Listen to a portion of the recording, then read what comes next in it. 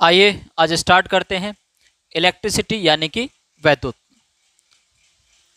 जैसा कि आपने थंबनेल देखा होगा, कौन सी क्लास के लिए है? 10th के लिए है। और कैसी वीडियो है? वन शॉट वीडियो होगी, यानी कि इसी वीडियो में हम पूरे चैप्टर को कवर करेंगे। और इसमें कवर करने का जो मेरा मेन मोटिव रहेगा वो इसमें कम वीडियो में, मतलब कम टाइम पीरियड में ही पूरे चैप्टर को कंप्लीट करना होगा।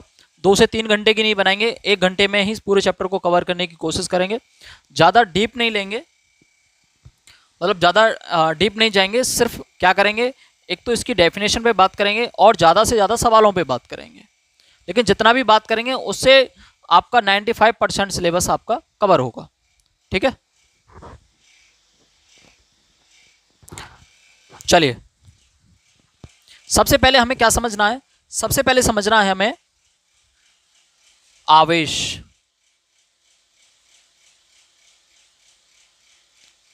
आवेश क्या है? आवेश किसी वस्तु का गुण है।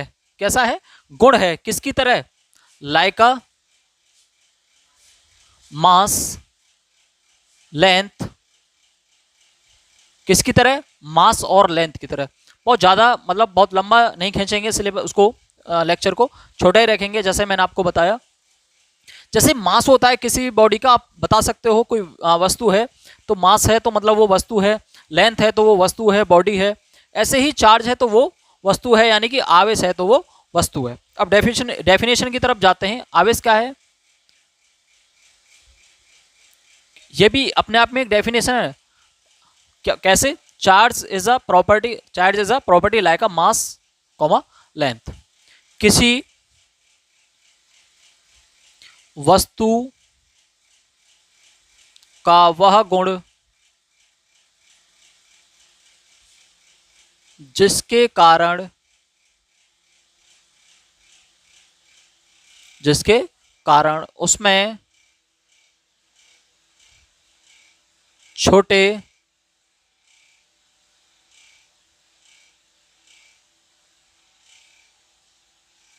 जिसके कारण उसमें छोटे छोटे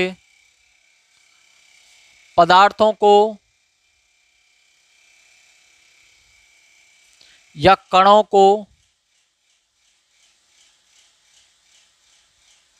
को आकर्षित या प्रतिकर्षित करने का गुण आ जाता है। करने का गुण आ जाता है। क्या कहलाता है? आवेश कहलाता है। क्या है? गुण है। ये ध्यान रखना, आकर्षित भी करेगा या प्रतिकर्षित भी करेगा। ये डिपेंड करेगा आवेश की प्रकृति पर। आवेश की प्रकृति का मतलब, यानी कि आवेश कितने प्रकार के होते हैं। आवेश आपके 2 प्रकार के होंगे। कितने के? 2 प्रकार के, पॉजिटिव और नेगेटिव, धनात्मक और ऋणात्मक। क्लियर? ऋणात्मक और धनात्मक। तो आकर्षण कब होगा और प्रतिकर्षण कब होगा, ये समझते हैं। जब पॉजिटिव और नेगेटिव, पॉजिटिव बोले तो जैसे अब इसको मान सकते हैं आप बॉय, और नेगेटिव को आप कह सकते हैं, चलो गर्ल कह देते हैं इसको। तो अब क्या होगा, थोड़ा सा मतलब याद करने की ट्रिक ऐसे मान सकते हैं कि अब होगा क्या होगा? अट्रैक्शन होगा। अट्रैक्शन मतलब क्या होगा? आकर्षण होगा भाई। क्या होगा? आकर्षण होगा। अगर बात करें नेगेटिव और नेगेटिव, दोनों ही एक जैसे हों, तो क्या बोल रहे थे हम? इसको गर्ल बोल रहे थे, तो दोनों ही एक जैसे हो गए तो क्या आकर्षण होगा? आकर्षण नहीं होगा। लेकिन आजकल चल रहा है, ये भी चल रहा है कि ऐसे भी आकर्षण हो जाता है। लेकिन क्या करेंगे, जनरली नॉर्मली क्या होगा? प्रतिकर्षण होगा, रिपेल करेंगे एक दूसरे को। प्रतिकर्षण यानी कि एक जैसे चार्ज हमेशा, आवेश एक जैसे क्या करते हैं? एक दूसरे को प्रतिकर्षित करते हैं।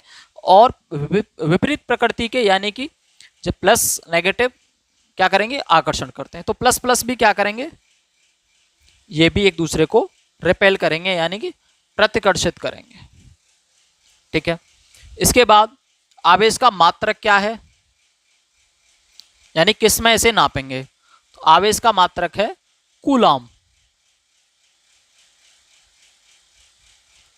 इसको सिंबल क्या है इसको डिनोट करने का, क्यू या स्मॉल क्यू, या तो आपको स्मॉल या कैपिटल में दिख जाएगा जिससे आप इसे डिनोट कर सकते हैं, क्यू से स्मॉल क्यू से। ठीक है, इसके बाद किसकी जरूरत पड़ती है, एक दो प्रॉपर्टी देख लेते हैं इसकी, चार्ज की प्रॉपर्टी देख लेते हैं आवेश की, मतलब आवेश को मैं चार्ज कहते हैं, हम बार बार बोल रहा हूं मैं, आवेश को चार्ज करते हैं। और कूलाम को या तो आप जैसे कूलाम लिखा हुआ है तो कूलाम सी से भी इसे मात्रक को, ओनली मात्रक को डिनोट कर सकते हैं सी से। अब इसमें कुछ इसके गुण देख सकते हैं हम, ये भी गुण ही हैं कि पॉजिटिव नेगेटिव क्या करेंगे, ये भी सब गुण हैं। ठीक है, चार्ज जो है, आवेश जो है, वो एक कैसी राशि है, कंजर्व राशि है, मतलब संरक्षित राशि है, संरक्षित राशि है। मतलब चार्ज, इसका मतलब क्या है कि चार्ज को ना तो उत्पन्न किया जा सकता है ना ही नष्ट किया जा सकता है, कंजर्वेशन लॉ को फॉलो करता है चार्ज। ना तो आप इसे पैदा कर सकते हैं चार्ज को, ना ही खत्म कर सकते। तो फिर सर ये हो क्या रहा है, कहीं पॉजिटिव है नेगेटिव है, तो हमेशा तो होता नहीं, तो इसका मतलब मैं या तो इसे पैदा कर रहे हैं, आप पैदा नहीं कर रहे हैं, आप क्या कर रहे हैं, एक वस्तु से दूसरी वस्तु पर ट्रांसफर कर रहे हैं, चार्ज को स्थानांतरित कर रहे हैं आप। चार्ज क्या होगा, चार्ज को एक वस्तु से दूसरी वस्तु पर स्थानांतरित किया जा सकता है, आवेश को एक वस्तु से दूसरी वस्तु पर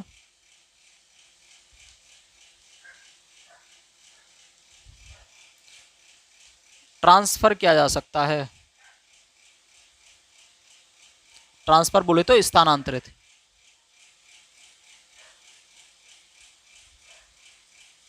ठीक है, यानी कि ये संरक्षित की बात समझ में आ गई कि चार्ज को हम उत्पन्न नहीं कर सकते। एक बार देख लेता हूं मैं कहां तक कवर हो रहा है।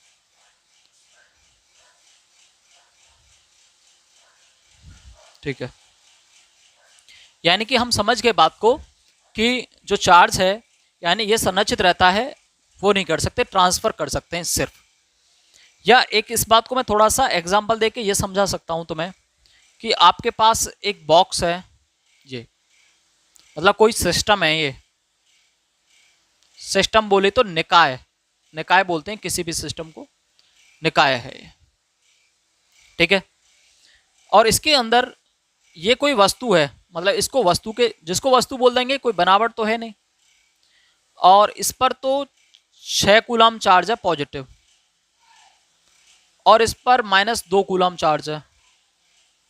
ठीक है, अगर मैं आपसे पूछूं कि इस सिस्टम पर, इस निकाय पर टोटल चार्ज कितना है, तो आप इसे बाहर से देखोगे, पर्टिकुलर तो देखोगे नहीं ना, तो आप ये देखोगे कि ये पॉजिटिव है नेगेटिव है, आप इस पूरी वस्तु पर देख रहे होंगे, पूरे निकाय पर देख रहे होंगे। कोई निकाय एक या दो से अधिक वस्तुओं से मिलकर बना होता है, तो आप इस पूरे निकाय पर देखेंगे तो आप बाहर से बोलेंगे भाई पॉजिटिव 6 हैं और -2 हैं, तो आप कहेंगे इस पर पॉजिटिव 4 कूलाम चार्ज है। कैसा है, पॉजिटिव 4 कूलाम चार्ज। ठीक है, अब क्या किया, अब आपने लिख लिया भाई पूरे सिस्टम पर 4 कूलाम चार्ज है पॉजिटिव। मैंने क्या किया, इस डिब्बे को पकड़ के ऐसे करके हिला दिया, तो फिर क्या हुआ, हिलाने के बाद ये आपस में टकराएंगे। जब पॉजिटिव नेगेटिव आपस में टकराएंगे तो फिर क्या होगा, मेल होगा, इनका आपस में आ जाएंगे, अट्रैक्शन हो जाएगा। फिर इनको अट्रैक्शन होने के बाद फिर मैंने दोनों को अलग रख दिया, यानी कि अब मिलाने के बाद अब क्या होगा, मिलाने के बाद नियम कहता है कि जब दो आवेशित वस्तुओं को तो आप एक पास रखते हैं फिर हटाते हैं, तो जब वो हटाते हैं तो दोनों पर समान चार्ज आ जाता है, समान चार्ज दोनों में डिवाइड हो जाता है। मतलब मैं कह सकता हूं 6 पॉजिटिव इस पे था, -2 इस पे था, कितना बचा, 4, यानी कि अब ये दोनों जुड़ गई हैं, तब इन पर 4 कूलम चार्ज है। फिर जैसे ही आप इन्हें हटाओगे अलग अलग हो जाएगा, तो 2 कूलम चार्ज इस पर पॉजिटिव और 2 कूलम चार्ज इस पर पॉजिटिव, यानी कि बॉडी पर, अंदर वाली बॉडियों पर चार्ज क्या हो गया, ट्रांसफर हो गया, अलग अलग हो गया है। लेकिन पूरे निकाय पर अब भी आप दूर से देखोगे तो 4 कूलम चार्ज ही है, 4 कूलम चार्ज ही है, यानी कि चार्ज ट्रांसफर हुआ है पॉजिटिव से नेगेटिव पर, नेगेटिव से पॉजिटिव पर, बट पूरे सिस्टम का निकाय का जो चार्ज है उस पर कोई प्रभाव नहीं पड़ा है, वो 4 कूलम ही है। ठीक है, हमने ये बात समझ गए कि आवेश को एक वस्तु से दूसरी वस्तु पर ट्रांसफर किया जा सकता है। तो ये ट्रांसफर कितना किया जा सकता है, इस बात को भी समझते हैं। और कितना किया जा सकता है, इसी पर एक फॉर्मूला बनेगा छोटा सा, जिस पर आधारित सवाल पेपर में पूछ लिए जाते हैं। सबसे बड़ी समस्या बच्चों को होती है कि पेपर में सवालों को कैसे सॉल्व करें। सवाल नहीं हो पाते, हम डेफिनेशन तो याद कर लें कि कहीं ना कहीं कोई भी हमें पास वो होता है, मास्टरमाइंड से किसी भी नोट से याद कर लेते हैं, लेकिन सवालों को समझ में नहीं आ पाते हमारे में। तो उन्हीं को बहुत अच्छे वे में मैं आपको समझाऊंगा। समझने के बाद, इस पूरे लेक्चर को देखने के बाद तुम मुझे बताना कि समझ में आया नहीं। हाँ, पर जो सवालों की वीडियो होगी वो मैं अलग से सेपरेट बनाऊंगा, उसे सवाल लूंगा एक साथ। फिलहाल मैं पूरे चैप्टर को ऐसे ही नॉर्मली ले रहा हूँ। ठीक है, इसे रफ करते हैं। स्क्रीनशॉट लेना है किसी को, ले सकते हैं।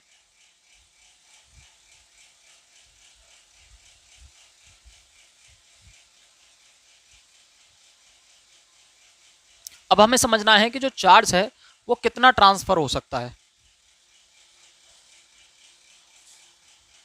कितना चार्ज जा सकता है, आ सकता है एक बार में। पहली बात, उसको समझने से पहले आप एक बात समझिए कि अगर एक वस्तु से, मैं यहां लिख देता हूं, वस्तु से इलेक्ट्रॉन चले जाते हैं, चले जाते हैं, चले जाते मतलब उससे निकल जाते हैं किसी वस्तु से, तो चले जाते हैं या कमी हो जाती है, कमी हो जाती है, तो वह वस्तु पॉजिटिव होगी। जब भी किसी वस्तु पर चार्ज आ रहा है, वो इलेक्ट्रॉन के आने जाने से आ रहा है, इलेक्ट्रॉन निकल रहा है, उसमें से खत्म हो रहा है, तो वो पॉजिटिव होती जा रही है, क्योंकि इलेक्ट्रॉन जो है खुद में ऋणात्मक है। मैं एक बात को यहां थोड़ा सा खत्म करता हूं। ये क्या है, कोई एटम है, एटम बोले तो परमाणु है, इसके अंदर न्यूक्लियस है, ये नाभिक है, बाहर इसके चारों तरफ इलेक्ट्रॉन चक्कर लगाते हैं। तो इसके अंदर प्रोटॉन है भाई, इलेक्ट्रॉन है और न्यूट्रॉन है। न्यूट्रॉन की बात ही नहीं करेंगे क्योंकि ये उदासीन होता है अपने आप में। प्रोटॉन पॉजिटिव होता है, इलेक्ट्रॉन नेगेटिव होता है, नेगेटिव होता है। तो किसी भी परमाणु में तीन ही चीजें हैं, और जिनमें न्यूट्रॉन उदासीन है, प्रोटॉन और इलेक्ट्रॉन ऋणात्मक और धनात्मक है। और प्रत्येक वस्तु परमाणुओं से मिलकर बनी हुई होती है, परमाणु से मिलकर बनी होती है। जितने प्रोटॉन होते हैं किसी भी एटम में, उतने ही इलेक्ट्रॉन होते हैं। तो फिर आखिरकार जितने प्रोटॉन हैं उतने ही इलेक्ट्रॉन हैं, यानी कि जितना उसके पास पॉजिटिव चार्ज है उतना ही नेगेटिव चार्ज है। तो दोनों ही बराबर हैं, माइनस के 6 माइनस प्लस के 6 जीरो। तो जीरो का मतलब उदासीन। तो मैं कह सकता हूं परमाणु अपने आप में उदासीन होता है। ठीक है, ये इस बात को समझाना चाह रहा हूं मैं तुम्हें। तो इलेक्ट्रॉन जैसे निकलेगा, प्रोटॉन नाभिक में होता है, आप उससे छेड़छाड़ नहीं कर सकते, क्योंकि न्यूक्लियस डिस्ट्रॉय होते ही सब कुछ बिगड़ जाएगा। तो न्यूक्लियस पे कोई फर्क नहीं आता, बाहर से इलेक्ट्रॉन बाहर निकलते हैं। तो जब इलेक्ट्रॉन जाएगा, यानी कि इसके पास +6 चार्ज है, प्रोटॉन है, और -6 इलेक्ट्रॉन है, तो -6 कूलम चार्ज होगा। और आपने एक इलेक्ट्रॉन की कमी कर दी, तो -5 कूलम रह गया। तो अब इस वस्तु पर कितना चार्ज रह गया, +1 कूलम। तो मतलब इलेक्ट्रॉन जाने से, इलेक्ट्रॉन के जाने से या इलेक्ट्रॉन की कमी हो जाने से वस्तु धनात्मक चार्ज हो जाती है, और इलेक्ट्रॉन के आ जाने से, यानी कि पहले 6 हैं दोनों में, और बाहर से एक और मैंने प्लस कर दिया, इसमें 7 हो गए। अब क्या होगा, 7 होते ही इलेक्ट्रॉन की अधिकता हो गई, अधिकता ज्यादा हो गई, तो अब ये नेगेटिव हो गया। तो अब ये पूरा निकाय किसकी तरह काम करेगा, एक नेगेटिव की तरह काम करेगा, ऋणात्मक की तरह काम करेगा। क्लियर? ठीक है, मतलब आप समझे। वस्तु, मैं कह देता हूं, इलेक्ट्रॉन की अधिकता है तो वस्तु ऋणात्मक है। जो भी चीज लगा रहा हूं वो इंपॉर्टेंट ही लगा रहा हूं, कुछ ऐसे नहीं बोल रहा हूं, जो बोल रहा हूं वो बेस्ट ही बोल रहा हूं, बस लिखते चले जाना। वस्तु से इलेक्ट्रॉन चले जाते हैं, कमी हो जाती है, वस्तु धनात्मक हो जाती है। इलेक्ट्रॉन की अधिकता हो जाती है, इलेक्ट्रॉन आ जाते हैं तो फिर क्या होता है, वस्तु ऋणात्मक होती है। और किसी भी एटम में इलेक्ट्रॉन बराबर प्रोटॉन के बराबर जेड। जेड क्या है, परमाणु क्रमांक। उम्मीद करता हूं 9th क्लास में कुछ ना कुछ पढ़ के आए होंगे। जेड क्या होता है, परमाणु क्रमांक। ठीक है, परमाणु क्रमांक। परमाणु क्रमांक लिखा कैसे जाता है, जैसे सोडियम है 11 और यहाँ लिखा रहेगा 23, तो ये जो 11 है ये क्या है, इसका परमाणु क्रमांक है, मतलब जेड बराबर 11। जब जेड बराबर 11 तो ई बराबर 11 और पी बराबर 11। मतलब किसी भी वस्तु को किसी भी एलिमेंट को देखने के बाद आप बता सकते हो कि इसमें कितने इलेक्ट्रॉन है और कितने प्रोटॉन है। ये क्या है, 11 कहाँ से आया, जैसे आपने सीरीज एलिमेंट की जो सीरीज है, hydrogen, helium, lithium, beryllium, boron, carbon, nitrogen, oxygen, fluorine, neon, तो ये क्या है, एक सीरीज है और ये एक नंबर से बोल रहा हूँ, मतलब क्रमांक के अनुसार ही बोले जा रहे हैं। हाइड्रोजन, हीलियम, लिथियम मतलब तीसरे नंबर पे, लिथियम, ऐसे ही ऑक्सीजन, नाइट्रोजन, जो कुछ है, सोडियम, मैग्नीशियम, एल्युमिनियम, सब इनका एक क्रम है और जो भी उसका क्रम है, क्रम का जो नंबर है उतने ही इलेक्ट्रॉन है, उतने ही प्रोटॉन है। बात खत्म, आवेश खत्म। ओके, अब मैंने बताया कि आवेश को ट्रांसफर किया जाता है तो कितना किया जा सकता है, उसको कितने इलेक्ट्रॉन एक बार में ट्रांसफर किया जा सकते हैं। तो बात समझो, यहां लिख रहा हूं एक नोट्स फिर से आगे, जिसे हम मूल आवेश के नाम से भी जानते हैं। पहले मूल आवेश नहीं समझ रहे हम। एक वस्तु से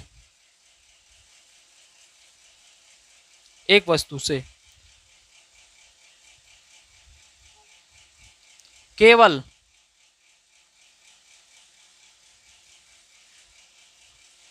क्या बोल सकते हैं, पूर्णांक के रूप में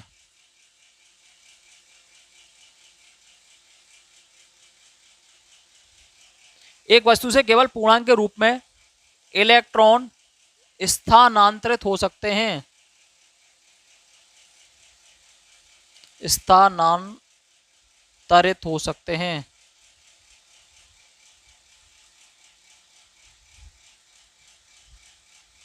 मतलब एक वस्तु से दूसरी वस्तु पर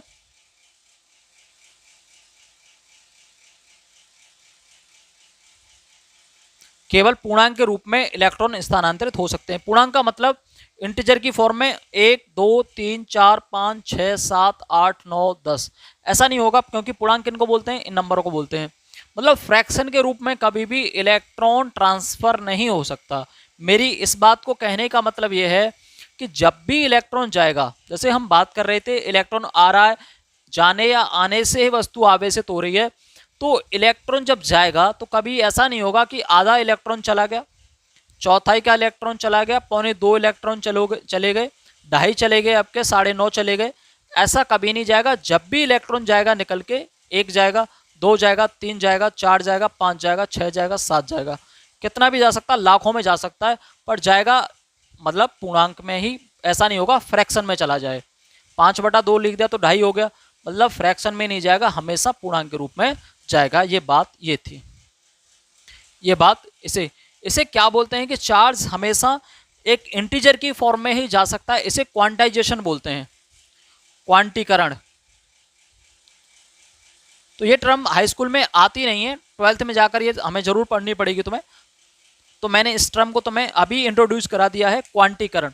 मतलब चार्ज कितना जा सकता है, मिनिमम 1 इलेक्ट्रॉन जा सकता है, तो चार्ज कितना जा सकता है वो बात अभी हम करेंगे कि एक बार में एक वस्तु से पूर्णांक के रूप में इलेक्ट्रॉन स्थानांतरित हो सकते हैं। इसी को ही क्वांटीकरण कहते हैं, क्वांटाइजेशन कहते हैं।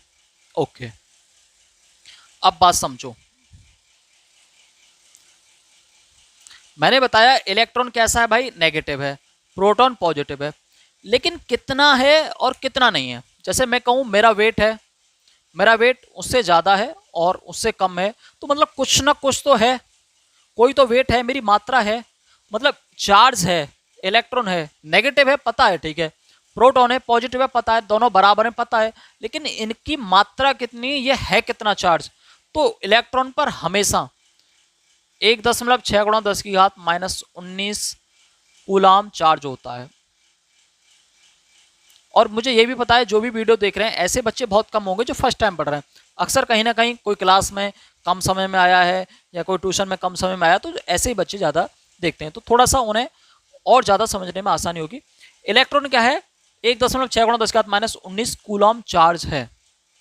प्रोटॉन पर जितना इलेक्ट्रॉन पर नेगेटिव होता है उतना ही प्रोटॉन पर पॉजिटिव होता है। मतलब मैं कह सकता हूं इस पावर से मत घबरा जाना, इस पावर से मत घबरा जाना कि ये नेगेटिव है।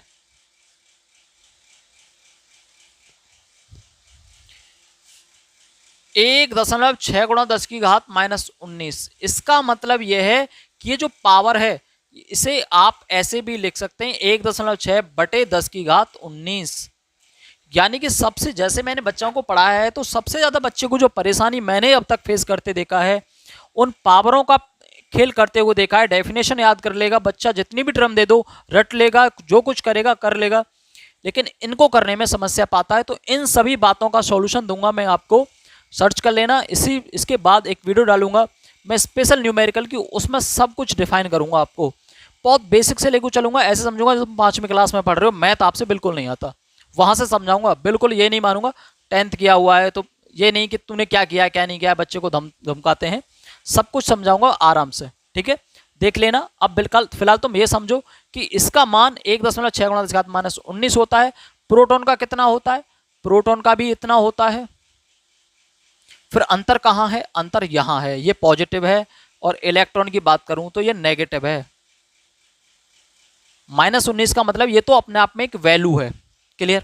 ओके। तो मैंने बताया कि क्वांटाइजेशन से एक फॉर्मूला निकल के आएगा कि जो इलेक्ट्रॉन है एक बार में 1 इलेक्ट्रॉन, 2 इलेक्ट्रॉन, 3 इलेक्ट्रॉन जा सकते हैं, ठीक है। तो 1 इलेक्ट्रॉन गए तो कितना चार्ज गया, 2 गए तो कितना चार्ज गया। जब 1 इलेक्ट्रॉन निकल के गया तो 1 इलेक्ट्रॉन के बराबर चार्ज गया कितना?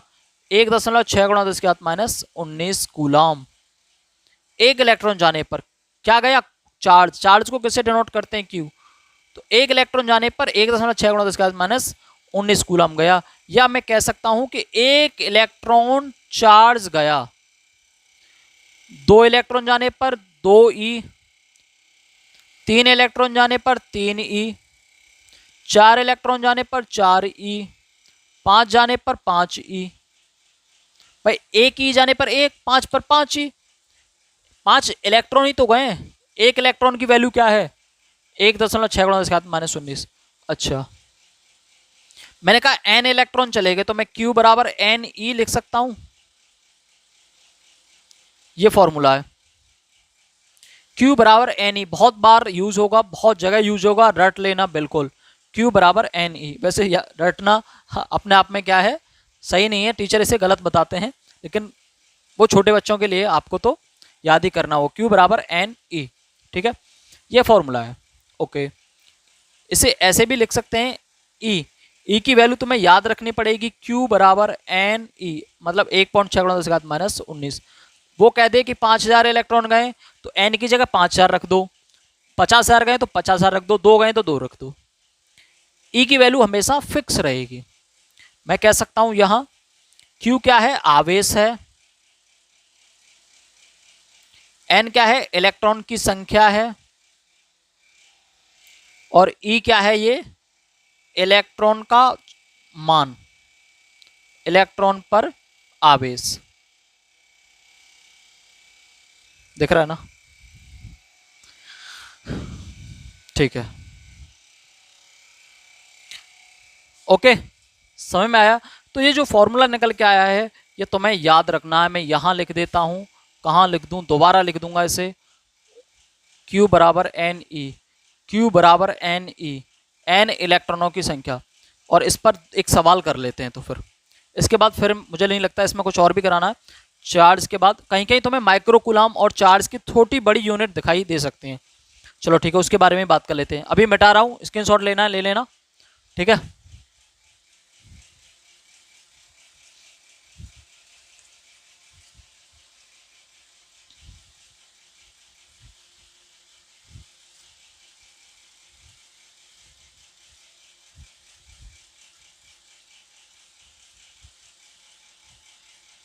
देखो डिटेल वीडियो भी मैं लेकर आऊँगा और थोड़ा सा और अच्छी तरह से समझाकर चलूँगा आपको क्या क्या चीज़ें हैं। फिलहाल तो मैं डेफिनेशन और थोड़ा सा समझ में आ जाए इतना लेकर चल रहा हूँ। ओके, क्या फॉर्मूला? आवेश का फॉर्मूला निकल के आया Q बराबर एन ई। याद रखना कूलाम, इसका मात्रक क्या है? कूलाम। ओके, सबको पता है। जैसे मास यानी कि क्या बोल सकते हैं, द्रव्यमान। द्रव्यमान का मात्रक क्या है? किलोग्राम। चलो ऐसे लिख देते हैं। क्या ग्राम नहीं है? ग्राम भी है, ग्राम भी है, किलोग्राम भी है। तो मतलब छोटे बड़े मात्रक हैं। किलोग्राम में बड़ा मात्रक है, ग्राम अपने आप में छोटा मात्रक है। तो कूलाम है ऐसे ही, जैसे 1 किलोग्राम में कितने? 1000 ग्राम। ओके, तो ऐसे ही कूलाम है, तो कहीं कहीं तो मैं माइक्रो कूलाम और देखने को मिलेगा। कौन? Micro coulomb. कुछ इस तरह से दिखेगा माइक्रो कूलाम। मतलब ये कूलाम से छोटा है, माइक्रो कूलाम। माइक्रो मतलब छोटी चीजों को बोलते हैं, कूलाम से छोटा है।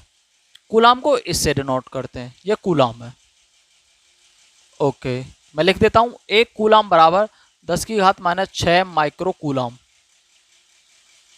सवालों में करते करते अपने आप याद हो जाएगा। 1 कूलाम बराबर 10⁻6 माइक्रो कूलाम। ठीक है, बात खत्म। हाँ, एक चीज समझ लेते हैं, एक सवाल कर लेते हैं। चलो ठीक है, आप करोगे इसे। सवाल लिखते हैं, 1 कूलाम, 1 कूलाम आवेश स्थानांतरित होने में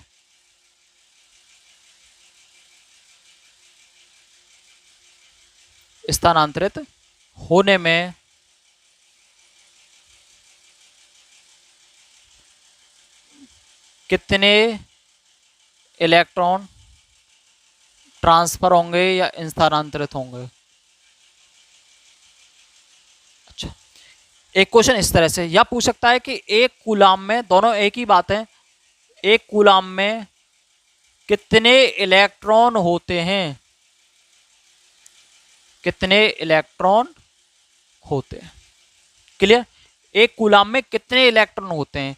1 कूलाम, कूलाम कभी भी, जैसे मैं इसको और डिटेल समझाऊंगा तो मैं जब सवाल कराऊंगा स्पेशल। कूलाम कह दिया तो कूलाम किसकी यूनिट थी? कूलाम यूनिट थी आवेश की। तो आपको आवेश यानी कि Q बराबर दे दिया 1 कूलाम। कितने इलेक्ट्रॉन है? तो आपको N पूछ रहा है, कितने इलेक्ट्रॉन है? E तो तुम्हें पता ही है। Q और N में क्या संबंध है? Q बराबर N E। N पूछा जा रहा है, N बराबर क्या होगा ये भी समझाऊंगा आराम से। ये भी बहुत देखता हूं बच्चे फेस करते हैं प्रॉब्लम। बहुत तो कहेंगे कितनी छोटी बातें बता रहे हो, कि जो N है, N बराबर निकालेंगे तो उन्हें बच्चों को ये नहीं पता रहता कि Q अपॉन E करें कि E अपॉन Q करें। तो Q के E के साथ यहाँ किस में है? ये मल्टीप्लाई में है। आप जिस वैल्यू को निकाल रहे हैं उसे वहीं छोड़ो और उसके साथ तो दूसरे उसे हटा दो। N को ही रहने दिया, ये इसके साथ गुणा में थी तो गुणा में थी तो भाग में भेज दिया। जिसे निकाल रहे हैं उसे वहीं छोड़ दो। गुणा में है तो दूसरी तरफ उसे भाग में पेल दो, भाग में है तो गुणा में कर दो, जोड़ में है तो घटाव में कर दो, घटाव में है तो जोड़ में कर दो। ठीक है, निकालते हैं। N बराबर Q अपॉन E। Q की वैल्यू कितनी हुई? 1। और E की वैल्यू 1.6 गुणा 10⁻⁻19। पावर को कैसे करते हैं? पावर अगर नीचे है, नीचे पॉजिटिव है, ऊपर ले जा रहे हो तो नेगेटिव हो जाएगी, और नीचे नेगेटिव है ऊपर ले जा रहे हो तो पॉजिटिव हो जाएगी। मतलब क्या होगा? साइन बदल जाएगा। तो मैं इसे ऐसे लिख सकता हूं, 1 गुणा 10⁻19 बटे 1.6। यहाँ एक अंक छोड़ के दशमलव है तो आप इसे कैसे हटा सकते हैं? जितने अंक छोड़ के दशमलव है आप उतने जीरो लगा दें ऊपर, हट गया। 10/16 आया, 5 दूनी 10 और 8 दूनी 16, कितना आया? 5/8 गुणा 10⁻19।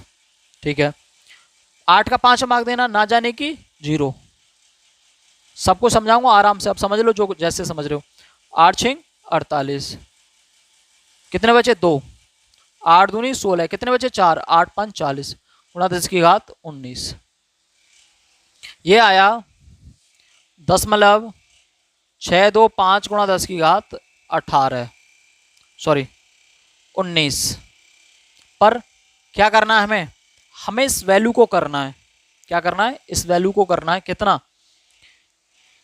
जब आप यहां से इसे एक अंक के दर लेकर आओगे, हमें बनाना है 6.25 गुणा, अब पावर कितनी हो जाएंगे, आप एक अंक के दर आए तो आपने 6.625 को क्या किया, बड़ा कर दिया, 6.25 कर दिया, तो वैल्यू 1 घटा दो, 10 की पावर 18, इतने इलेक्ट्रॉन होंगे। समझ में आ गया तो बहुत अच्छी बात है। मैंने बताया न्यूमेरिकल कराऊंगा, उन आंकिक प्रश्नों में बहुत अच्छी तरह से समझाऊंगा तुम्हें, ठीक है। अब तो हम एक उसमें उसके तरफ से करते चल रहे हैं कि जैसे थोड़ा समझ में आते रहे सवाल भी। ओके, इसके बाद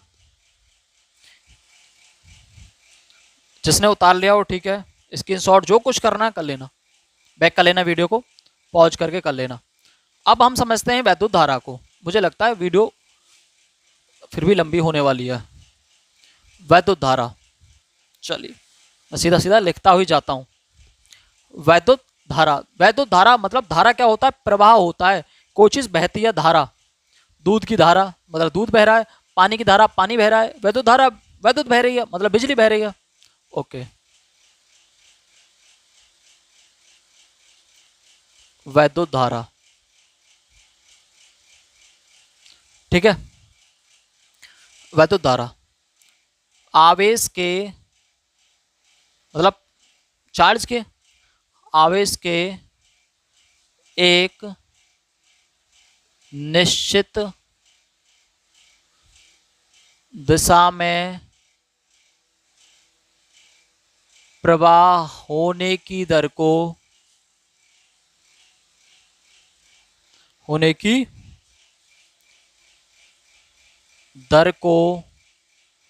वैद्युत धारा कहते हैं। वैद्युत धारा कहते हैं, क्लियर। ओके, इसे किससे प्रदर्शित करते हैं, इसे आई से प्रदर्शित करते हैं। ऐसे करके बना लेना, जैसे बनाओ, इसे आई द्वारा प्रदर्शित कर दिया जाता है, डिनोट कर दिया जाता है।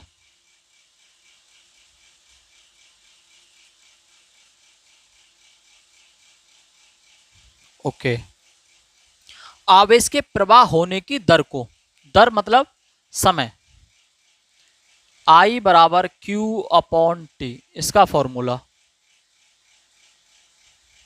ठीक है। I is equal to Q/T, ये क्या है, आवेश है, T क्या है, समय है। समय आपको सेकंड में नापना है, बता रहा हूं, पहले टाइम मिनट में दे दे तो गड़बड़ हो जाएगी, सेकंड में लेना है, ठीक है, कि इतना चार्ज फ्लो हो रहा है। अच्छा, इसका मात्रक क्या है, धारा का मात्रक का मात्रक है एम्पियर, धारा का एम्पियर, साइंटिस्ट थे उन्हीं के नाम पर रखा गया है, कूलम भी उन्हीं के नाम पर रखा गया है, साइंटिस्ट के नाम पर। मात्रक इसका एम्पियर है। यहां से व्युत्पन्न भी कर सकते हैं, मात्रक बना भी सकते हैं, क्योंकि आवेश का क्या होता है, I is equal to Q/T। Q का क्या है, आवेश का कूलम, और समय का क्या होता है, सेकंड, तो कूलम पर सेकंड भी वैद्युत धारा का मात्रक है। कूलम पर सेकंड भी ऑप्शनल मिल सकते हैं क्वेश्चन तुम्हें कि वैद्युत धारा का मात्रक क्या है, निम्न में वैद्युत धारा का मात्रक कौन सा है, तो एम्पियर ना दिखाए और आपको ये दिख जाए तो आप इसे टिक कर सकते हैं।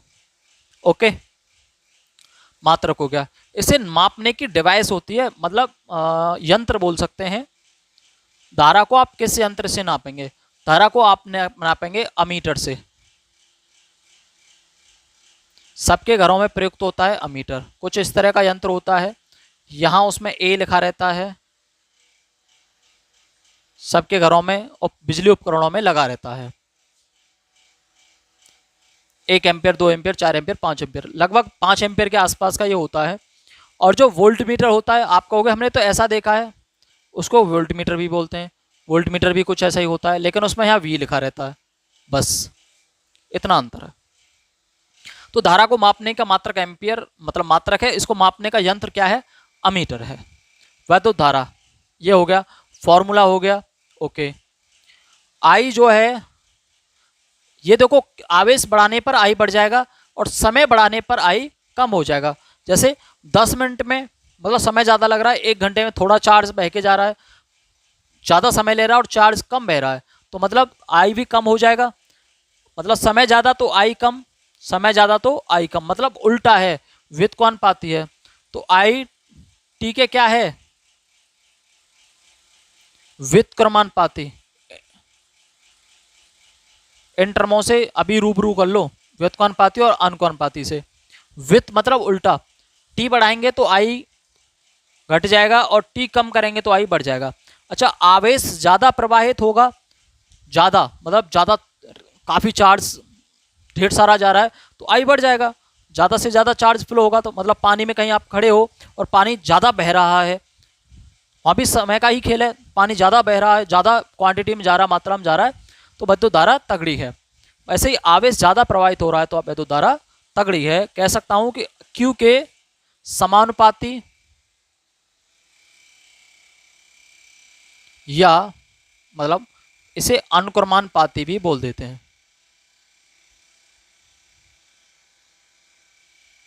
अनुक्रमानुपाती है, ठीक है, ओके। अब कुछ बात वैद्युत धारा के बारे में स्पेशल पढ़ लो। वैद्युत धारा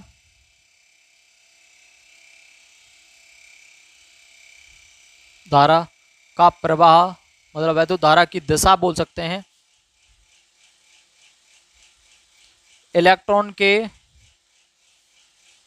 बहने के विपरीत होती है। कैसी होती है, विपरीत होती है। इलेक्ट्रॉन इधर जा रहे हैं तो धारा इधर आ रही है, इलेक्ट्रॉन इधर आ रहे हैं तो धारा उधर जा रही है। क्लियर, इलेक्ट्रॉन इधर तो धारा उधर से इधर, और अगर मतलब उल्टा मत, कहने का मतलब ये।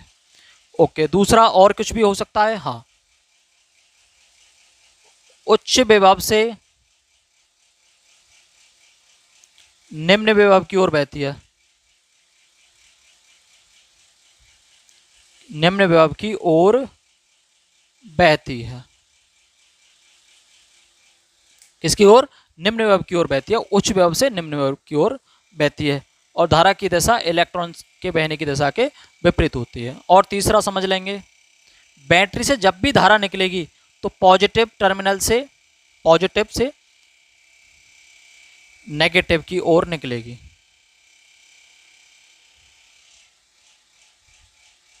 और ठीक है, ये बात क्लियर करो, कोई डाउट, कोई डाउट नहीं, बढ़ाता हूँ। फिर आगे सिंबल पे पहुंचते हैं कि किस चीज़ को कौन मतलब सिंबल डिनोट करता है, फिर उसके बाद हम विभव की ओर पढ़ेंगे। ठीक है, बेटा में समझते जाओ बस, तुम शुरुआत ही चल रहा है, अभी तो छुट्टियां चल रही हैं सबकी, कवर कर लो। साइंस में आपके आपके किसी बच्चे को लग रहा हो ऐसा नहीं होता है, ऐसा ही होगा, 100 अंक भी आएंगे, 100 में से 100। आप कह रहे होंगे कि सर स्कूल में जो 30 मिलते हैं उन्हें कौन दिलाएगा, उन्हें भी आप दिला दोगे? उन्हें मैं नहीं दिलाऊंगा। उन्हें कैसे आप लोगे, आप अच्छा परफॉर्मेंस करोगे, यहाँ अच्छी वीडियो देखोगे, अच्छा परफॉर्मेंस करोगे स्कूल में, आपके टीचर इंप्रेस हो जाएंगे, आपको 30 में से 30 दे देंगे। ओके, और आप मेरे स्कूल में होते तो मैं आपको खुद 30 दे देता। क्लियर, चलिए अब हमें समझना है, कुछ सिंबल पढ़ लेते हैं। जैसे क्या क्या, अभी उन बातों को जानते नहीं होंगे, नामों से अभी आप परिचित नहीं हो, फिर भी उन बात को देख लीजिए।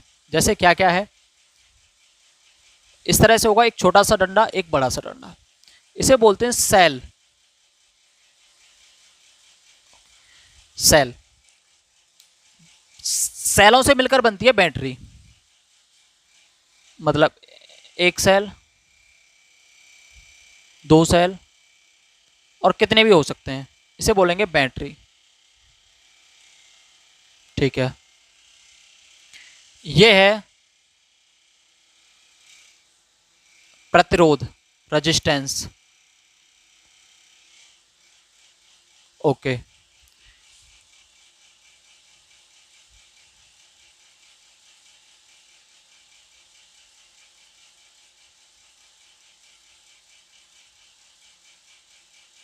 ये क्या है, इसे बोल सकते हैं कुंजी।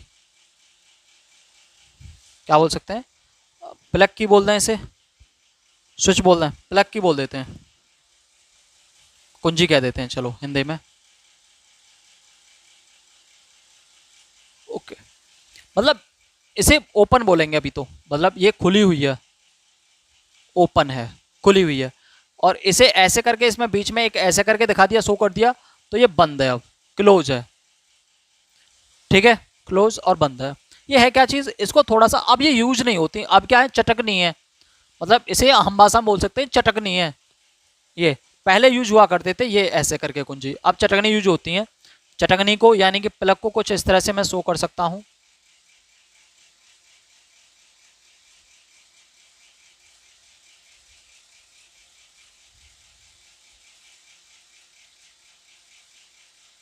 जैसे चाहो ऐसे इसे यूज कर दिखा सकते हैं। मतलब अभी ये ओपन है, जैसे वो ओपन थी, ये भी चटकनी है और ये भी चटकनी है, पहले जमाने की और आज के ज़माने की बोल सकते हैं। चटकनी में ऐसे ही तो होता है, इसे दबा दो तो नीचे हो जाएगी, ये लो, और आपने इसे क्या कर दिया, यहाँ पर रख दिया। अब ये क्या इससे टच कर रही है, मतलब करंट फ्लो हो रहा है, बंद है, बंद है, दिमाग में क्या, बंद है, चटकनी बंद नहीं, चटकनी बंद अब है। और अब ये चटकनी बंद की बात नहीं कर रहा हूं, ये इसे लगाते ही सर्किट बंद हो जाती है।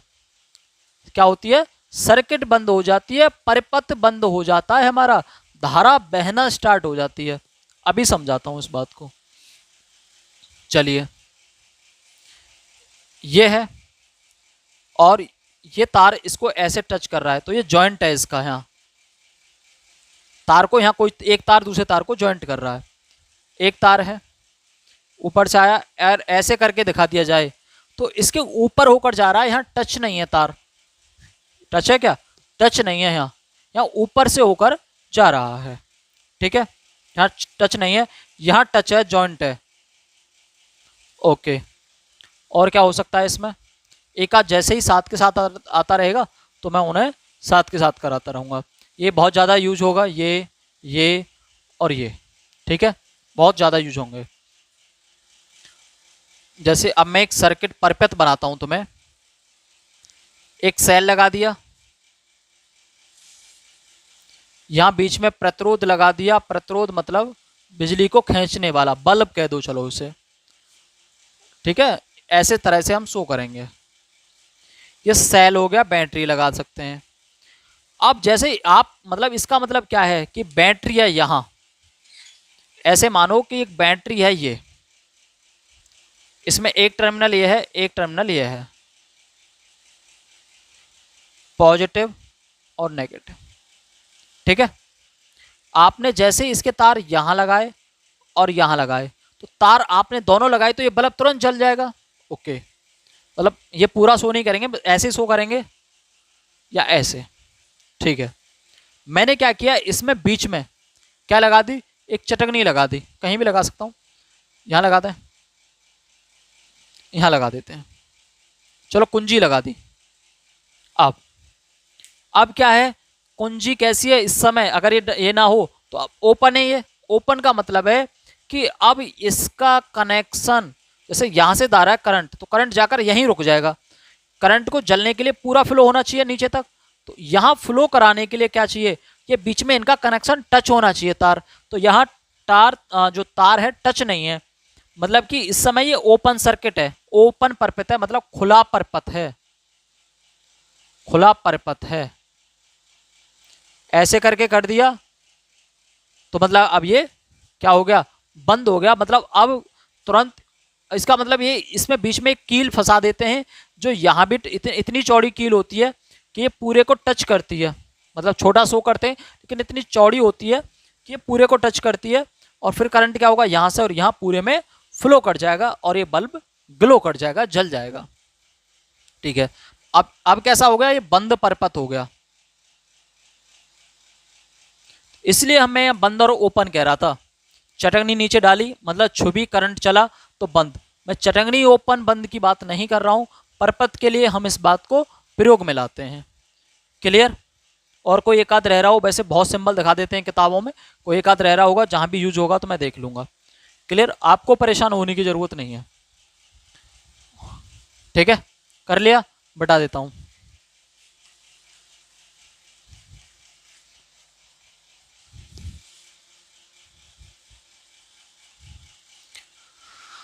चलिए अब पढ़ लेते हैं हम विभव को। विभव क्या क्या पढ़ लिया हमने? वैद्युत धारा पढ़ ली और आवेश भी पढ़ लिया। अब पढ़ना है विभव।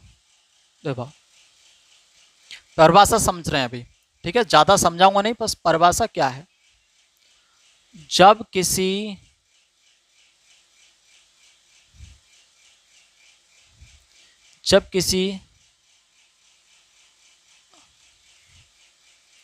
किसी वैद्युत क्षेत्र के भीतर, अभी ये इस टर्म से हाई स्कूल में अभी आपको परिचित नहीं कराते, इसको डेफिनेशन में शामिल नहीं करते, लेकिन समझ लेना मैं इसी के आधार पर आपको समझा दूंगा। जब डिटेल मेरे लेक्चर चलेंगे तो उनमें समझ लेना, फिलहाल डेफिनेशन को याद कर लेना अच्छे से। वैद्युत क्षेत्र के भीतर किसी बिंदु पर विभव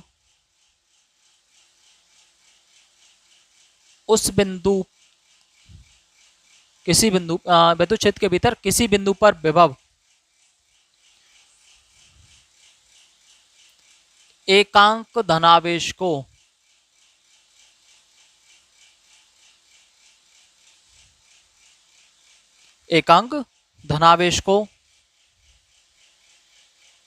अनंत से उस बिंदु तक, वैद्युत क्षेत्र के भीतर किसी बिंदु पर विभव एकांक धनावेश को अनंत से उस बिंदु तक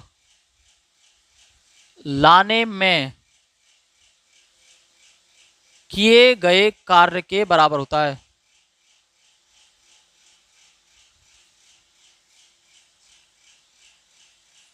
कार्य के बराबर होता है, बस इसे रट लो। फिलहाल मैं आपको वो दिखा रहा हूं कि ये पूरा चैप्टर जितना बड़ा है, जो कोचिंगों में स्कूलों में एक एक महीने में खत्म होता है, वो 1 या सवा घंटे में खत्म करूंगा मैं उसे।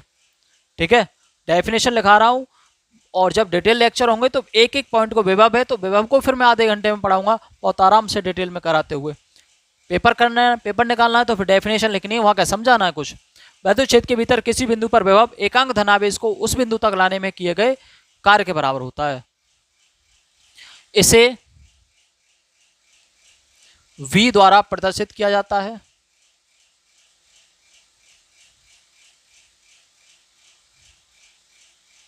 प्रदर्शित किया जाता है। ओके, मात्रक क्या है? मात्रक वोल्ट होता है इसका, यह भी वैज्ञानिक है, वोल्ट, उसेन बोल्ट नहीं, वोल्ट। और क्या है? यह एक अदिश राशि है, चार्ज भी एक अदिश राशि थी। ठीक है, राशियों से तो आप 9th क्लास में ही रूबरू हो जाते हैं। तो फॉर्मूला क्या बनेगा? V is equal to W/Q। एकांक धनावेश बोल सकता हूं, एकांक धनावेश बोल सकता हूं, या इसे परीक्षण आवेश बोल सकता हूं, परेशान ना होना। V is equal to W/Q। इसका मात्रक क्या है? वोल्ट है।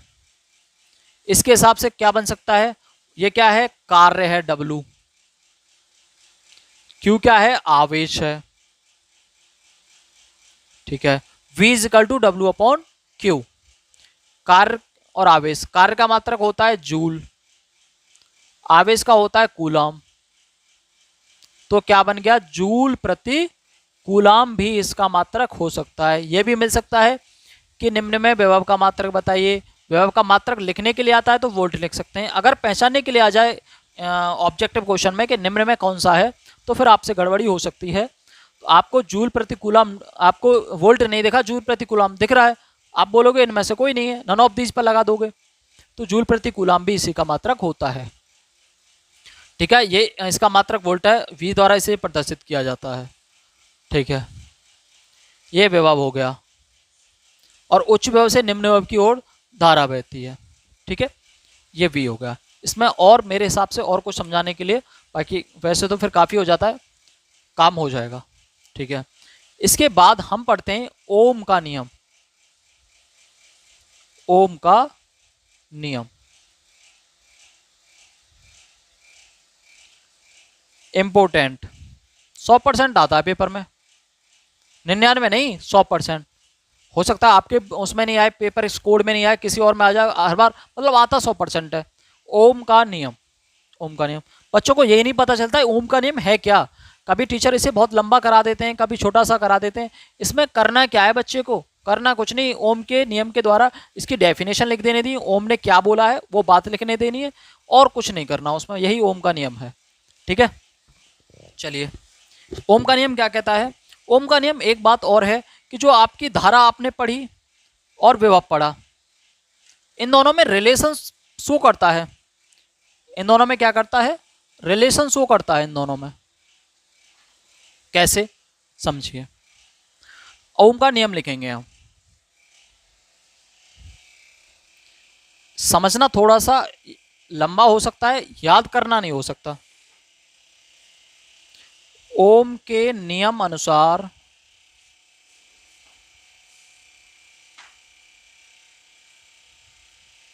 यदि किसी चालक की भौतिक अवस्था, भौतिक अवस्था क्या है, मतलब फिजिकली जिन्हें हम देख सकते हैं, जैसे उसकी लंबाई ना बढ़ा दो आप, उसमें उसकी चौड़ाई ना बढ़ाएं आप, आयतन ना बढ़ाएं, क्षेत्रफल ना बढ़ाएं, दाब ना बढ़ाएं उस पर, टेम्परेचर ना बढ़े उसका, भौतिक अवस्था। ओम के नियम के अनुसार यदि किसी चालक की भौतिक अवस्था में परिवर्तन ना हो तो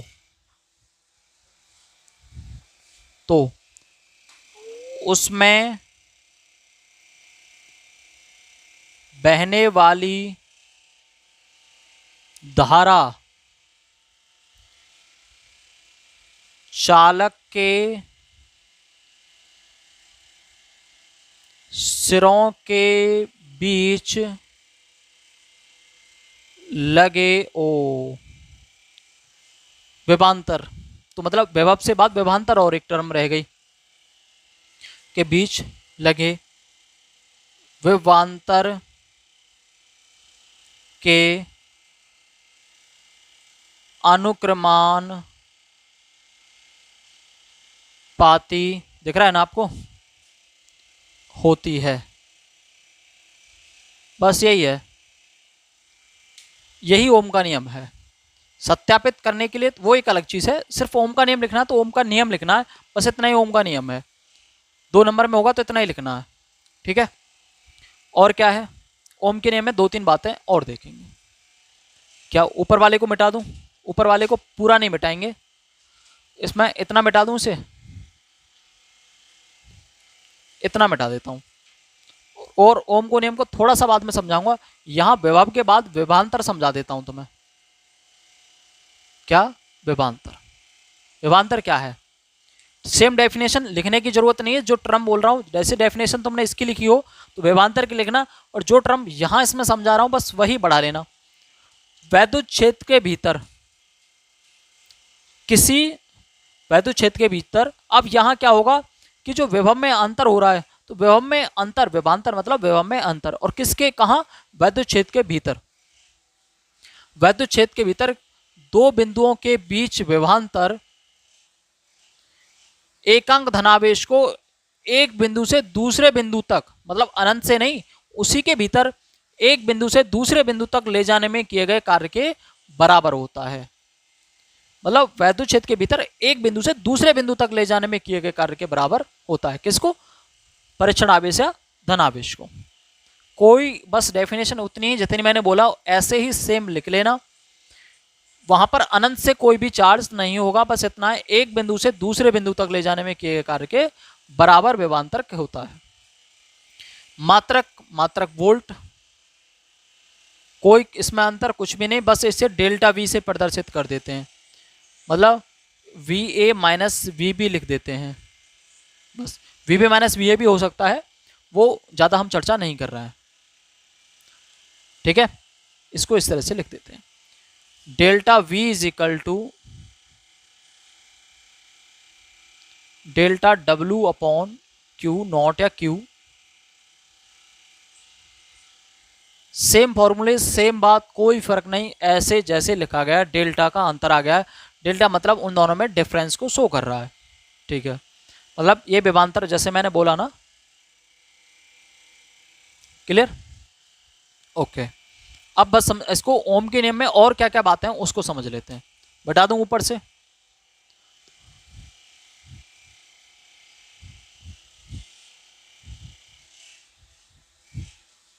मात्रक वोल्ट ही है, सो डेल्टा वी से कर देना, formula delta V is equal to delta W upon delta Q लगा देना, ठीक है।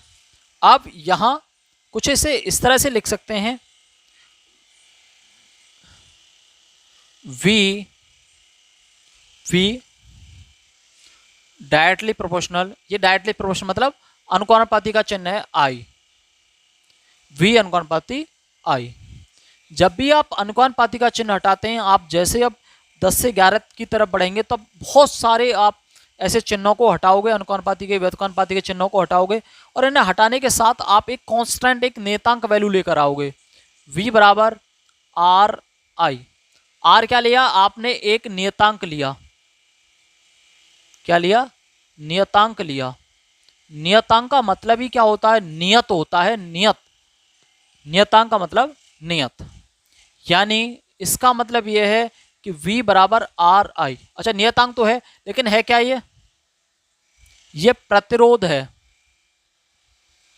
क्या है ये, प्रतिरोध है।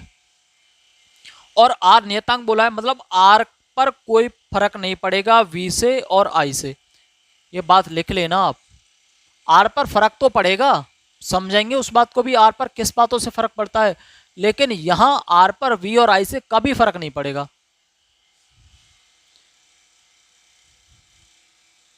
आर पर v तथा i का कोई प्रभाव नहीं होता,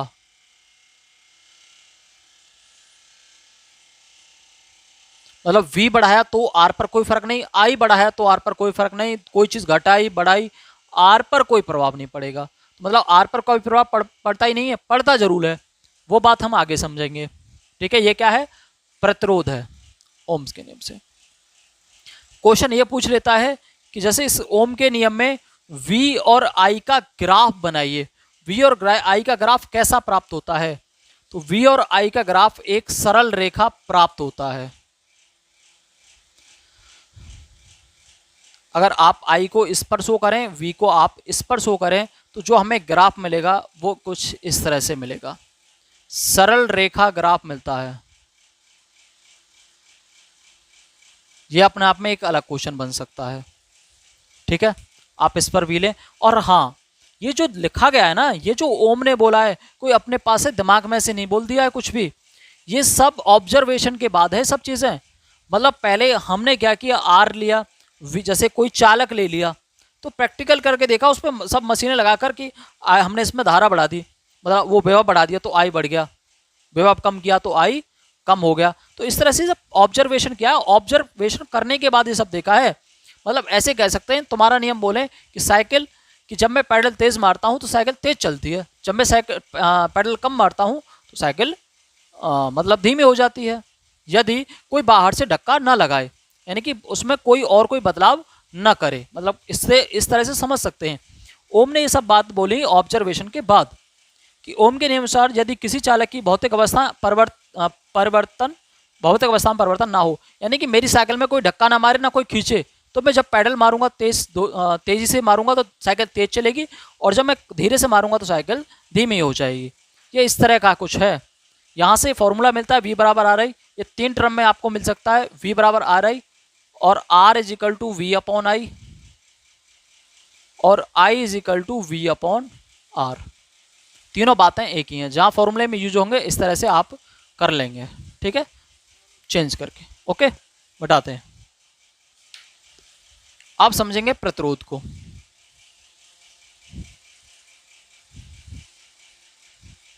ज्यादा कुछ नहीं लिखना, ओम के नियम, उसका नियम,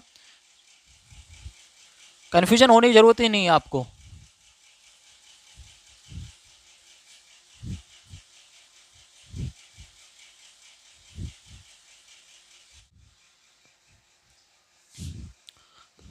देखिए क्या देखा हमने अभी, प्रतिरोध को, किसको, प्रतिरोध को।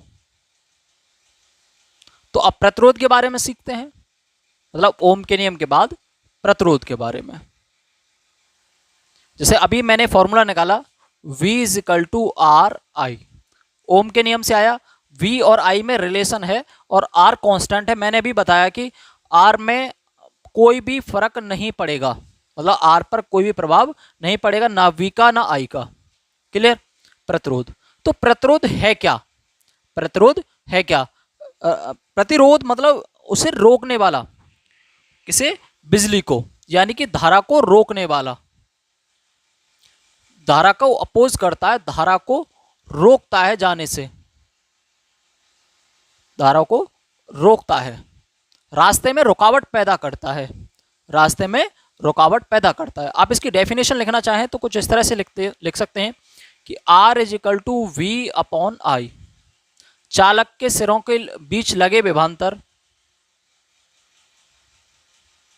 चालक के सिरों के बीच लगे विभवांतर तथा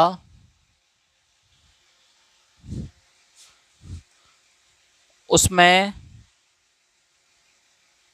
बहने वाली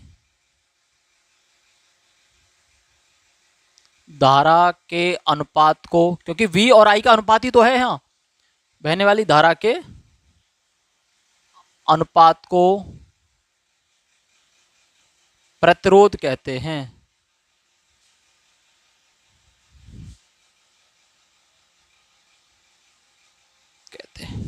ठीक है, इसका मात्रक क्या है,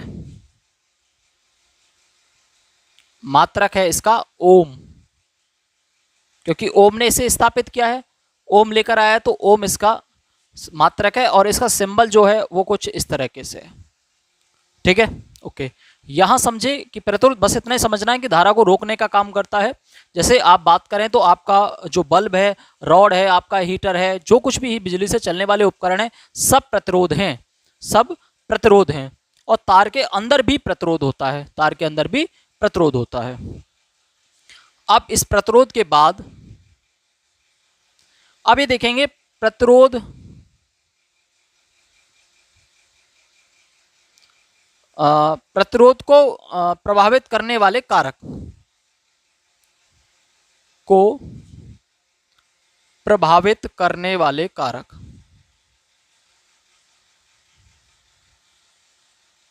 करने वाले कारक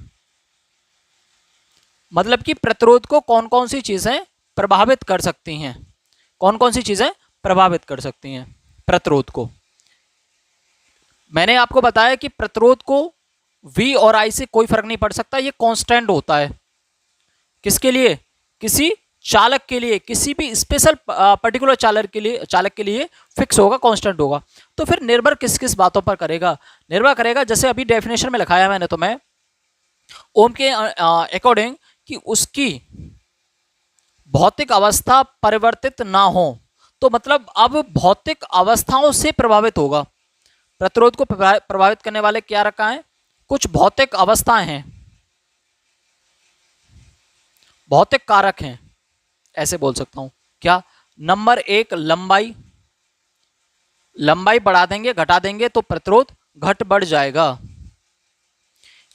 एक छोटी डोरी में आप बिजली निकाल कर लेकर जाओ और एक बड़ी डोरी में निकाल कर लेकर जाओ, तो जो प्रतिरोध होगा वो किस में ज्यादा होगा, प्रतिरोध का मतलब धारा को रोकने का काम करेगा, और जब धारा को रोकेगा तो धारा रुकेगी और जिसकी वजह से तार गर्म हो जाएगा। वो तार को गर्म होना एक आगे एक अलग अपने आप में घटना है, लेकिन तार गर्म होना स्टार्ट हो जाएगा, मतलब कि उसे रोक रहा है, सामने से धारा जा रही है, उसे सामने से अपोज कर रहा है, कौन, प्रतिरोध। तो ज्यादा लंबा तार होगा तो प्रतिरोध ज़्यादा हो जाएगा। इस बात को समझेंगे मैं अभी, लेकिन बता रहे हैं कि लंबाई पर डिपेंड करता है, क्षेत्रफल पर डिपेंड करता है, पूरे क्षेत्रफल नहीं, अनुप्रस्थ काट का क्षेत्रफल मतलब जो तार है सामने से उसके इस वाले एरिया पर डिपेंड करता है, सामने वाले पर। क्लियर? तीसरा किस पर डिपेंड करता है? लंबाई पर है और इसके क्षेत्रफल पर है। सिर्फ इन दो बातों पर ही देखेंगे। वैसे ताप पर भी डिपेंड करता है, ताप पर भी निर्भर करता है, लेकिन ताप का ये वाला कॉन्सेप्ट आपका 10th क्लास में नहीं है। किसमें है? 12th में। तो हमें सिर्फ लंबाई और क्षेत्रफल ही इनकी बातें करनी है। क्या कहता है, कैसे समझना है इसे, यहां समझते हैं। किसी तार का प्रतिरोध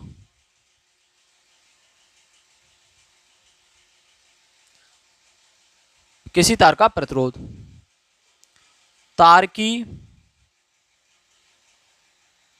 लंबाई के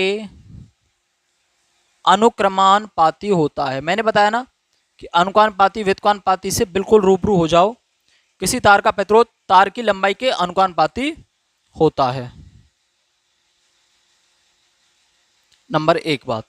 इसे अगर मैं गणितीय रूप में लिखना चाहूं तो R directly proportional to L, यदि तार की लंबाई L हो तो।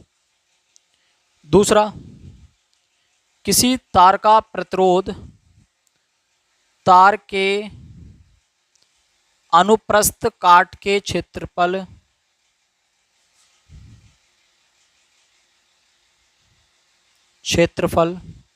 के व्युत्क्रमानुपाती होता है।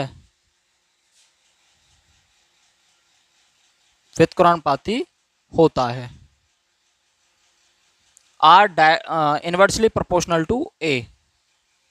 व्युत्क्रमानुपाती मतलब एक बार दिख रहा है नहीं, एक बार देख लेंगे। अच्छा ठीक है, किसके? A के व्युत्क्रमानुपाती होता है। क्लियर? थोड़ा सा क्वालिटी में इंप्रूव हो गया होगा, मुझे ऐसे लग रहा है, थोड़ा सा चेंजेस किया है। ये दोनों बात समझ में आई कि R डायरेक्टली प्रोपोर्शनल L और इनवर्सली प्रोपोर्शनल A। इसको इक्वेशन फर्स्ट मान लो आप, इसे सेकंड मान लो और यहां लिख दो R, दोनों को ले लेंगे, R डायरेक्टली प्रोपोर्शनल L और इनवर्सली प्रोपोर्शनल A। मतलब इन दोनों इक्वेशन को एक साथ कर दें तो अनुपाती का चिन्ह, मतलब इस चिन्ह के स्थान पर चिन्ह रख दिया, L के ऊपर L और नीचे A, दोनों बातें कर दी। फिर मैंने बताया कि जब भी आप इस तरह के चिन्ह को हटाएंगे, आप प्रोपोर्शनल के चिन्ह को हटाएंगे तो आपको एक कांस्टेंट लेना पड़ेगा। पीछे भी लिया था अभी और अब भी लेना पड़ेगा। क्या ले लें? R is equal to rho L by A। ये फॉर्मूला निकल के आया। जिन जिन बातों पर R डिपेंड करता है, लंबाई पर, A पर, और ये क्या है? रॉ बोलते हैं इसे। क्या बोलते हैं? रॉ। इस पे भी डिपेंड करता है, इसके अनुपाती है, लंबाई के अनुपाती, रॉ के अनुपाती और A के व्युत्क्रमानुपाती।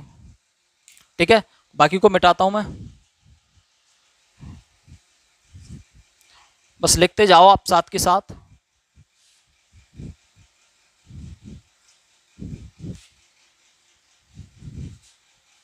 अब इस पे बात करते हैं।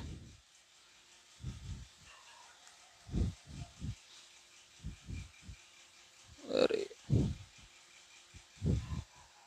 हमारे पास फॉर्मूला निकल के आया कि R raw L by A, जहां R प्रतिरोध है, L चालक की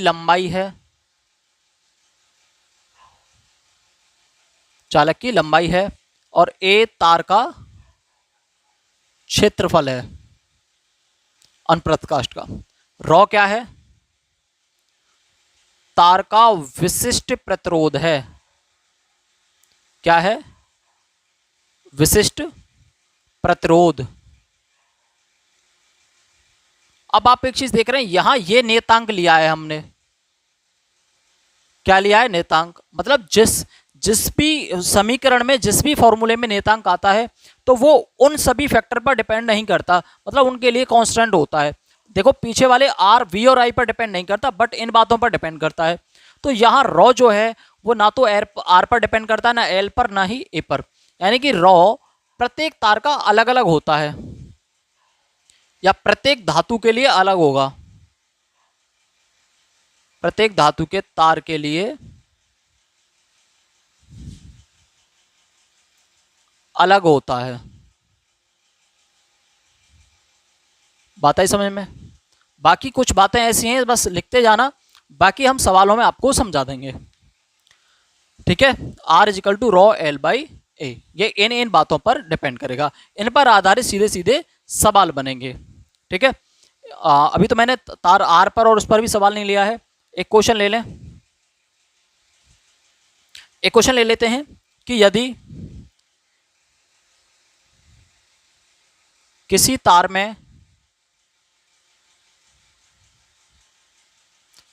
में 5 एम्पियर धारा बह रही है, 0.5 कर लेते हैं, बह रही है। सिरों का विभवांतर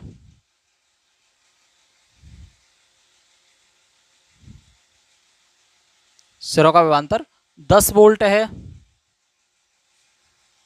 तो प्रतिरोध की गणना कीजिए कितना होगा।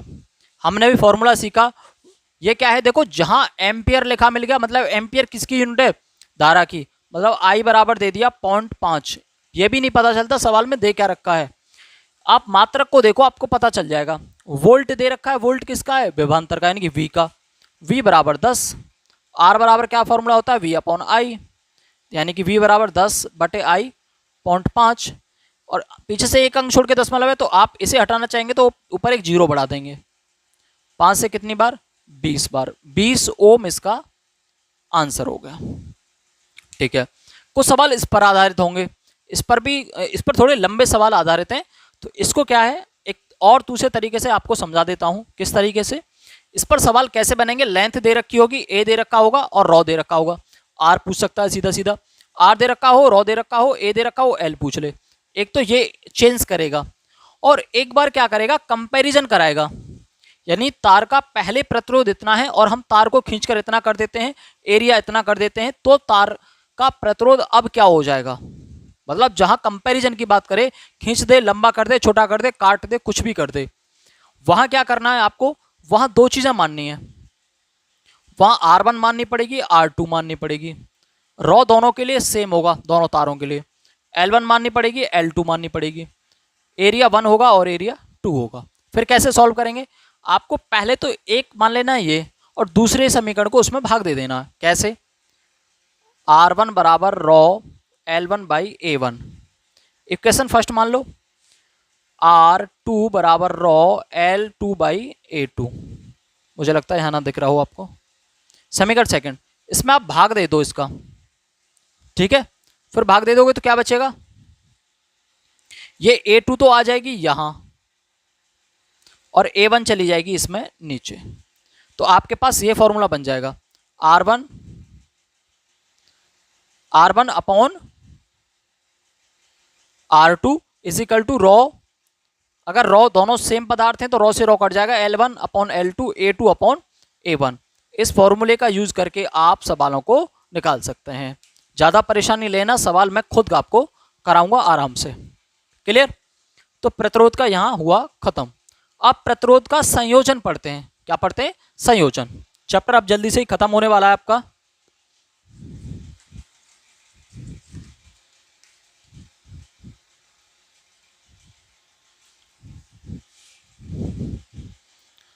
कमेंट करना कि क्विक रिवीजन आपका हुआ या नहीं हुआ। इसको वही समझ पाएंगे जिन बच्चों ने थोड़ा सा पढ़ा हुआ है इसको। अब इसके बाद प्रतिरोध का संयोजन।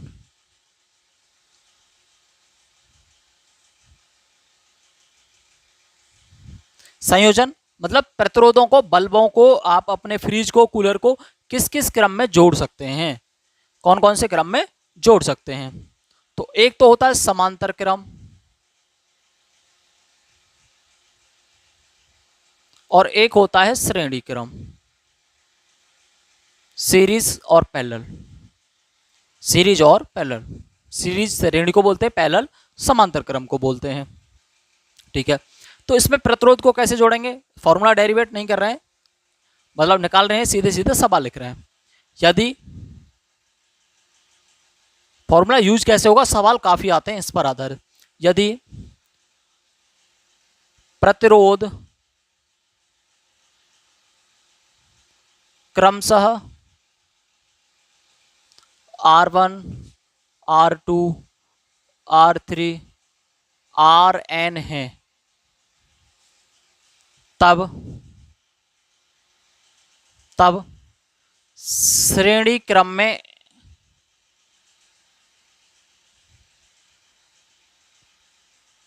तुल्य प्रतिरोध, मतलब टोटल प्रतिरोध कितना होगा। टोटल प्रतिरोध हम क्या मान लेते हैं, R मान लेते हैं। तो बात किस में कर रहा हूं, पहले श्रेणी में कर रहा हूं। R बराबर R1 plus R2 plus R3 Rn, मतलब जितने आपके पास प्रतिरोध हैं सीधे आप उन्हें गणितीय फॉर्मूले से जोड़ दो। 1 2 3 4 5 6 7 8 ऐसे करके सीधा जोड़ दो। इस पर आधारित सवाल ले लें। एक 4 ओम का है, एक 2 ओम का है, एक 6 ओम का है, तीनों को जोड़ना है। श्रेणी क्रम में R बताना है, तो R होगा 4 प्लस 2 प्लस 6 बराबर 12 ओम, बराबर 12 ओम। ये तो हुआ श्रेणी क्रम का फॉर्मूला। ओके, फिर समांतर क्रम में बात करें हम।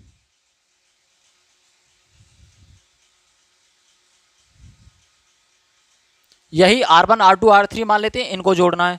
तो 1 टोटल R बराबर 1/R1 plus 1/R2 plus 1/R3, जितने भी हों आप डॉट डॉट करके 1/Rn, मतलब Rn का मतलब है आप कितने भी जोड़ सकते हैं, लाख 2 लाख 1000 10 20 हजार, जितने चाहें उतने आप जोड़ लें। ठीक है, अगर आप इसी सवाल को इसी से करें तो 1/R बराबर 1/R1 4 प्लस 1/R2 2 प्लस 1/6। ठीक है, इसका एलसीएम कितना आया 12, मतलब ये तो फ्रैक्शन जैसा कुछ हो गया। 4 तिया 12, 3 2 6 12 और 6 दूनी 12, 6 और 3 और 2 11/12 किसके बराबर आया, ये 1/R के बराबर आया है। मतलब मैं इसे कह सकता हूँ 1/R। हमें वैल्यू किसकी निकालनी है, R की। तो आप इसे भी उल्टा लिख दो, इसे भी उल्टा लिख दो। इसे उल्टा लिखेंगे तो R/1 बराबर 12/11। तो एक क्या तो कोई महत्व है नहीं, तो R बराबर 12/11 ओम आ जाएगा। क्लियर, 12/11 का मतलब 1 दशमलव कुछ आएगा। तो आप देख रहे हो श्रेणी क्रम में कितना आ रहा है, श्रेणी क्रम में 12 ओम आ रहा है, समांतर क्रम में कम आ रहा है। मतलब सेम उन्हीं उपकरणों को, उन्हीं चीजों को हम जोड़ें, अगर उन्हीं चीजों को समांतर क्रम में लगाएं तो प्रतिरोध कम मिलेगा हमें टोटल, और अगर श्रेणी क्रम में लगाएं तो ज्यादा मिलेगा। तो फिर हम किस में यूज करें, भाई ज्यादा प्रतिरोध होगा तो धारा को ज्यादा खर्च करेगा, बिजली का खर्चा ज्यादा होगा। तो हमें किस में लगाना चाहिए अपने घरों में उपकरण को, समांतर क्रम में या श्रेणी क्रम में। श्रेणी क्रम में ज्यादा खर्चा आ रहा है, क्योंकि वही जो आपके पास उपकरण है उनका प्रतिरोध ज्यादा आ रहा है टोटल जोड़ने पर, यहाँ कम आ रहा है। सेम को भी हम अभी हमने चेक किया, 12/11 का मतलब क्या है, 11 का 11 1 दशमलव कुछ आएगा, यहाँ 12 ओम है, 12 गुने के आसपास लगभग आ रहा है। तो हम अपने घरों में क्वेश्चन पूछ लेता है कि घरों में उपकरणों को किस क्रम में लगाया जाता है।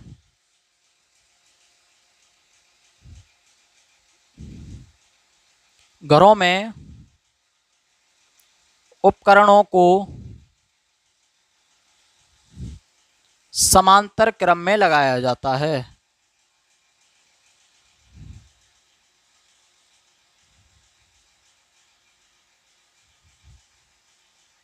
समांतर क्रम में लगाते हैं। ठीक है, प्रतिरोध का संयोजन खत्म, मतलब प्रतिरोध की बात खत्म। अब किस पर आएंगे हम, वैद्युत ऊर्जा पर। किस पर, वैद्युत ऊर्जा पर आएंगे। फिर वैद्युत धारा का ऊष्मीय प्रभाव और चैप्टर खत्म। इसके बाद सामर्थ्य पढ़नी है, मतलब 3 टॉपिक और रह गए, 3 डेफिनेशन और रह गए बस। बाकी उन पर आधारित सवाल वो दूंगा, फॉर्मूले दूंगा, और यहाँ फॉर्मूले दूंगा, सवाल तो मैं करने पड़ेंगे। फॉर्मूले तभी याद होंगे जब आप सवाल ज़्यादा से ज़्यादा निकालोगे। ठीक है, 3 ही डेफिनेशन है, जल्दी से जल्दी खत्म करने की कोशिश करता हूँ।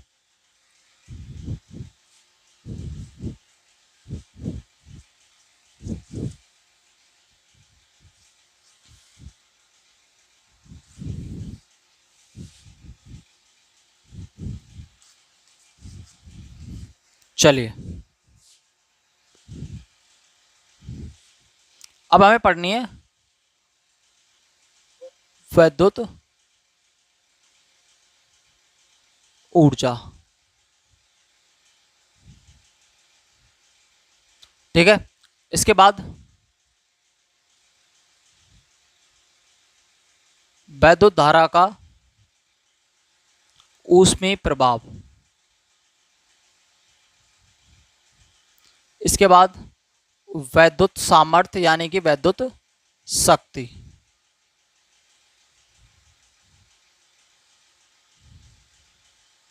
समझिए, पहले पढ़ना है वैद्युत ऊर्जा, इसको पढ़ना है। वैद्युत ऊर्जा क्या कहती है, दिख रहा है ना आपको? नहीं दिख रहा क्या? ठीक है, बिल्कुल पॉइंट पर आ रहा है। क्या कह रहा है? वैद्युत ऊर्जा है जब किसी तार में वैद्युत धारा प्रवाहित होती है तो उसमें ऊर्जा का व्यय होता है। वह ऊर्जा क्या कहलाती है? वैद्युत ऊर्जा कहलाती है। क्या कहलाती है? वैद्युत ऊर्जा कहलाती है। ठीक है, एक बार मुझे डाउट है कहीं दिख रहा है नहीं, सही है। ठीक है, ओके। तो वैद्युत ऊर्जा क्या कह रही है? जब किसी चालक में, चालक मतलब कंडक्टर, जिसमें बिजली आसानी से प्रवाहित हो सके, जब किसी चालक में वैद्युत आवेश प्रवाहित होता है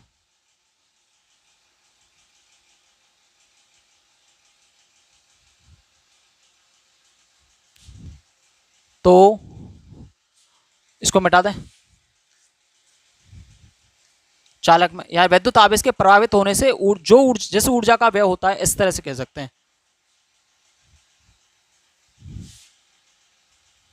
वैद्युत आवेश के प्रवाहित होने से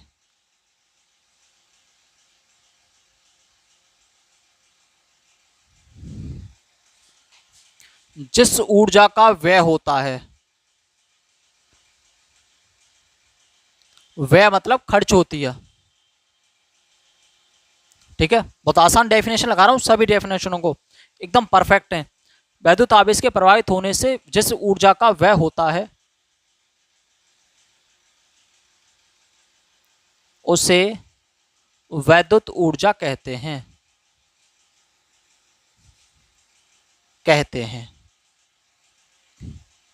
ठीक है, ये डेफिनेशन होगी भाई इसकी। ओके, इसे W द्वारा प्रदर्शित किया जाता है।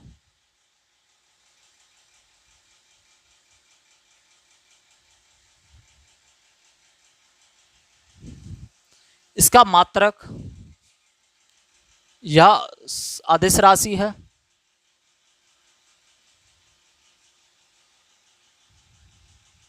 कैसी? अदिश राशि है। मात्रक इसका क्या है? जूल है। ठीक है, क्या है? जूल है। इसको जूल ही मत पढ़ लेना, क्या है ये? जूल है।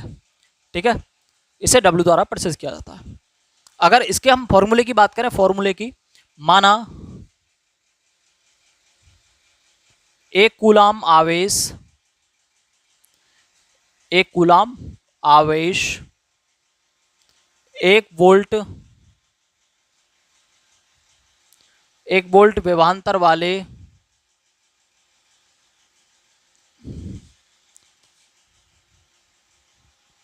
चालक में प्रवाहित होता है, या तार में प्रवाहित, चालक मतलब तार, यह प्रवाहित होता है, या उसे प्रवाहित करने में जो ऊर्जा है, एक कूलाम आवेश को 1 वोल्ट विभवांतर वाले चालक में प्रवाहित होता, माना 1 कूलाम आवेश 1 वोल्ट विभवांतर वाले चालक में प्रवाहित होता है, तो किया गया कार्य क्या होगा? 1 जूल होगा। 1 जूल होगा। तो यहां से ये किसकी डेफिनेशन हो गई? इसे माना भी मत लगो, 1 जूल की डेफिनेशन हो गई। 1 जूल की भी डेफिनेशन पूछ ली जाती है। ठीक है, 1 कूलाम आवेश 1 वोल्ट विभवांतर वाले चालक में विभाजित होता है, तो एक क्या कार्य 1 जूल होगा। तथा वह ऊर्जा 1 जूल होगी। मतलब ये इस बात को, वैद्युत ऊर्जा को यहां डिफाइन कर रहा है और 1 जूल की ये डेफिनेशन यहां तक हो जाएगी। ठीक है, ओके। अब इसमें फॉर्मूले इसके परिभाषा के आधार पर देख लें। अच्छा, वैसे तो मैंने विभवांतर वाला तुम्हें एक फॉर्मूला कराया होगा, V is equal to W upon Q. और क्या बताया था, W क्या है यहाँ पर, W किया गया कार्य है। Then W is equal to क्या हो जाएगा, V Q। इसके नीचे एक माना क्रॉस मल्टीप्लाई, तो W का एक में, V का Q में, तो V Q। ओके, तो इसको हम कई पदों में लिख सकते हैं। किस किस के पदों में, देखो I बराबर Q अपॉन T होता है, देन Q बराबर क्या हो जाएगा, IT हो जाएगा। ओके, तो Q की जगह IT रख दो। W is equal to VIT, दो फॉर्मूले। V बराबर IR होता है, जैसे जरूरत होगी उसके आधार पर हम इन्हें रख देंगे। W is equal to V बराबर IR फिर IT, तो क्या हो जाएगा, I square RT, I square RT। एक ये हो गया, मतलब इसे कई फॉर्म में लिख सकते हैं। अभी V की फॉर्म में हो गया, I की फॉर्म में हो गया और R की फॉर्म में हो गया, और जब जैसी जरूरत होगी, और ये Q के पदों में हो गया। ठीक है, जब जैसके पदों में जरूरत होगी हम उसके हिसाब से बदल देंगे। ठीक है, यह क्या होगा, वैद्युत ऊर्जा हो गई। इसके बाद क्या पढ़ना है हमें, वैद्युत धारा का ऊष्मीय प्रभाव। बेटा इसे सवाल देखेंगे, सवाल अभी देखेंगे तो फिर ज्यादा लंबा हो जाएगा। अभी डेफिनेशन और कुछ फॉर्मूले देखेंगे, मतलब फॉर्मूले कुछ क्या, सभी हैं जितने सवालों में यूज हो गए। फिर उसके बाद हम सवाल निकालेंगे। ठीक है, सवालों में कोई समस्या नहीं होगी तुम्हें।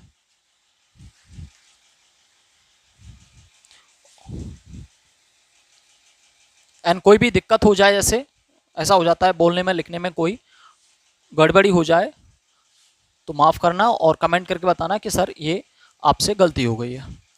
ठीक है, ओके। डेफिनेशन परफेक्ट लिखा रहा हूं, याद कर लेना, बहुत छोटी छोटी लिखा रहा हूं, किसी की जरूरत नहीं पड़ेगी आपको। अब वैद्युत धारा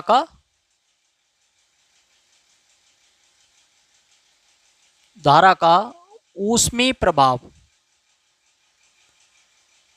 बहुत आसान डेफिनेशन है इसकी भी, इंक डालूं इसमें। क्या है वैद्युत धारा का ऊष्मीय प्रभाव, जब किसी भी तार में वैद्युत धारा प्रवाहित होती है तो तार गर्म हो जाता है या चालक गर्म हो जाता है। जैसे वैद्युत धारा का ऊष्मीय प्रभाव कहते हैं।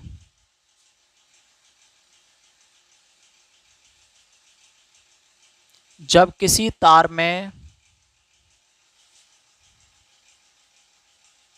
वैद्युत धारा प्रवाहित होती है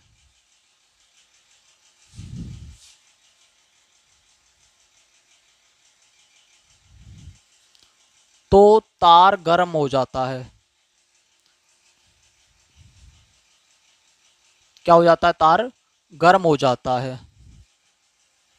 इसे या जिसे, इसे ही,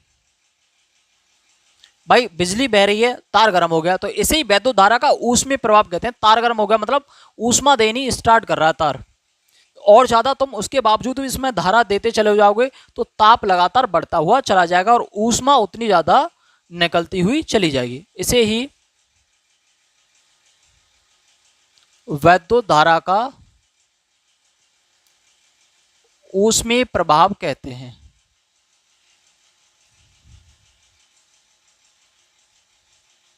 इसे ही वैद्युत धारा का ऊष्मीय प्रभाव कहते हैं। अच्छा, तार बढ़ने पर ऊष्मा निकल रही है, तो ऊष्मा को हम किससे डिफाइन करेंगे, किससे सिंबल उसका डिनोट होगा, H से होगा, हीट। ऊष्मा मतलब हीट, तो हम इसे हीट से डिवाइड मतलब शो करेंगे, सॉरी H से शो करेंगे। इसका मात्रा क्या होता है, जूल भी होता है हीट का, या कैलोरी में आप इसे नाप सकते हैं। किसमें, कैलोरी में। एक कैलोरी में 4.2 जूल होते हैं। एक कैलोरी में 4.2 जूल होते हैं। कैलोरी में या जूल में नाप सकते हैं, छोटे बड़े मात्रक हैं दोनों ही। ऐसे इसे डिफाइन करते हैं। अच्छा, जब तार में धारा बहेगी, तार गर्म होगा, तो फिर क्या होगा, एनर्जी ही तो, जो तार में धारा बह रही है वो मतलब जो मतलब ये कह सकते हैं ऊष्मा है, वो क्या है, वो व्यय ऊर्जा ही तो है। क्या है, व्यय ऊर्जा जो खर्च हो रही है। भाई तार के गर्म होने में खर्च हो जाओ या किसी उपकरण के चलने में, पंखा चलने में ऊर्जा खर्च हो गई तो वैद्युत ऊर्जा बोल दी। यहाँ क्या हो रहा है, पूरी की पूरी ऊर्जा किस में बदल जाती है, ताप में बदल जाती है। कुछ ऐसे उपकरण हैं, एक तो आप समझ रहे होंगे कि तार में, नॉर्मली तार की बात नहीं कर रहा हूं मैं, वो भी प्रतिरोध है, वहां भी एनर्जी खर्च होती है, पर उसको काउंट नहीं करते। कैसे कि आपने कोई डोरी लगाई और डोरी थोड़ी सी गर्म हो गई, मैं डोरी की बात नहीं कर रहा हूं यहाँ पर, मैं उस उपकरण में लगे हुए तार की बात कर रहा हूं, उस चालक की बात कर रहा हूं, क्योंकि वो बहुत कम ऊर्जा है और तार में जिसके चालक की बात कर रहा हूं वो बहुत ज्यादा है। जैसे इस बात को आप ऐसे समझेंगे, वह तो धारा के ऊष्मीय प्रभाव पर आधारित उपकरण क्या है, हीटर है, हीटर। तो अब हीटर जो होगा उसमें ऐसे करके जो ये वाली रॉड, ये स्प्रिंग लगी रहती है, इस तरह से एक एडजस्ट होती है, जैसे भी जिस तरह से एडजस्ट है, गोल है, जैसे भी है, ठीक है। तो अब इसमें तार लगे हुए हैं, मान लिया ये हीटर है, अब यहां तार लगे हुए हैं, तो आने वाले इन दो तारों की बात नहीं कर रहा हूं, ये भी गर्म होंगे, लेकिन इस ऊष्मा की बात नहीं कर रहा हूं। मैं कह रहा हूं ये वाला जो तार है, ये किसका बना हुआ तार है, नाइक्रोम का। नाइक्रोम क्या है, एक धातु नहीं है, मिश्र धातु है। जो मिश्र धातु क्या है, दो या दो से अधिक धातुओं से मिलकर बनने वाली धातु मिश्र धातु कहलाती है। ये तार किसका, नाइक्रोम का। जब इस तार में वैद्युत धारा प्रवाहित होगी तो ये उसे ऊष्मा में चेंज करेगा, हीट में चेंज करेगा, ठीक है। अगर यहाँ टेलीविजन लगा दे तो वो उसे कार्य करने में, पिक्चर में, उसमें साउंड में खर्च करेगा बिजली को, मतलब बिजली हो खर्च ही रही है ऊष्मा के फॉर्म में या कुछ कार्य करने की फॉर्म में। तो वहां W से शो किया, यहाँ H से शो किया, जितने फॉर्मूला वहां पर यूज किया आपने वही फॉर्मूला यहाँ होंगे, सिर्फ W की जगह H लिख देना। कैसे, पहले फॉर्मूले लिख देता हूं। एक होता W=VI2, तो H=2 लिख देना VIT।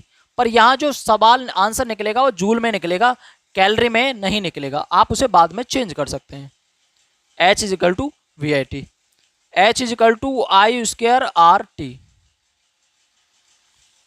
H=I²RT, मतलब जितने फॉर्मूले W बराबर हैं उन्हें H लिख देना बस, क्योंकि दोनों ही खर्च ऊर्जा हैं, दोनों ही खर्च ऊर्जा हैं। बस सवाल थे वहां W मत लिखना, H लिख देना। जहां ऊर्जा की बात करें W, जहां ऊष्मा की बात करें H। उपकरण आधारित हीटर है, हो गया आपका। प्रेस, इस्त्री हो गई आपकी, प्रेस यानी कि पानी वाली रॉड हो गई, पानी गर्म करने वाली रॉड।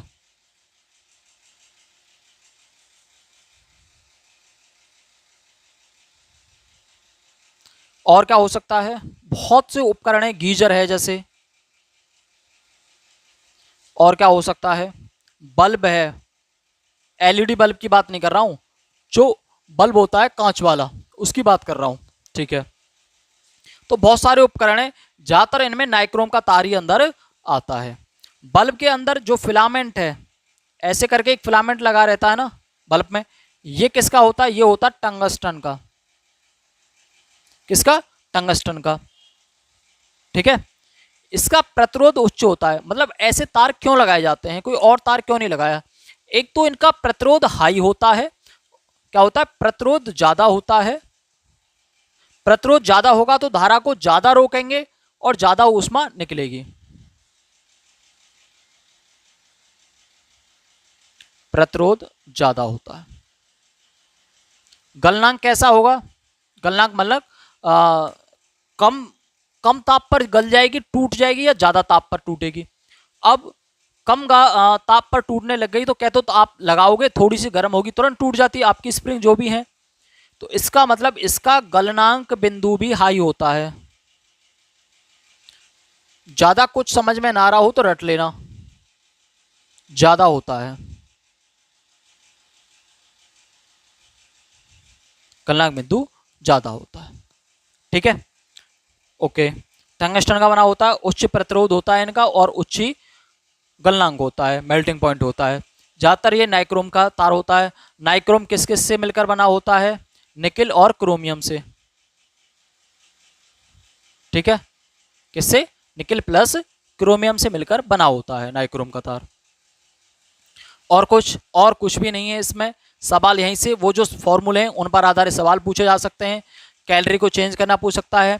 उसके ऊष्मा के आधार पर आधारित उपकरण तुम्हें पूछ सकता है, कौन कौन से आपने डेली लाइफ में देखे हैं, उनके नाम लिखिए। ये किस तरह से काम करते हैं ऐसे नहीं पूछता, फंक्शन क्या है ऐसे कुछ नहीं पूछेगा। अब रह गई वैद्युत सामर्थ्य यानी शक्ति, लास्ट टॉपिक है। जितना भी टाइम हो गया हो,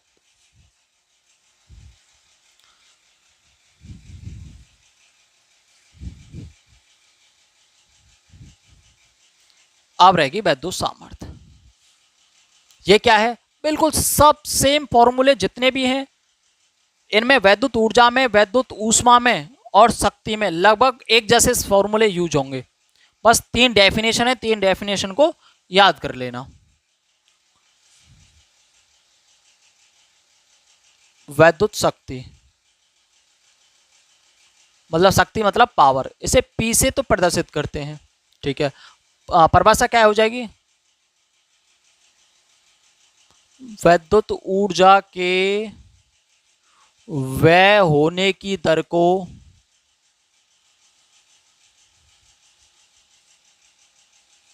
वैद्युत ऊर्जा कहते हैं।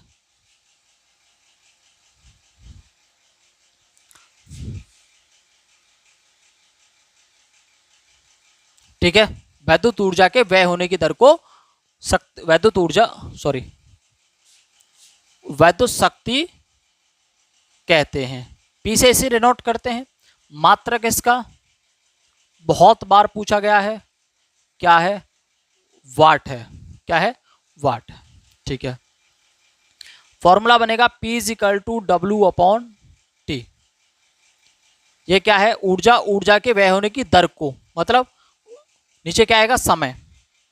ये ऊर्जा है, समय है।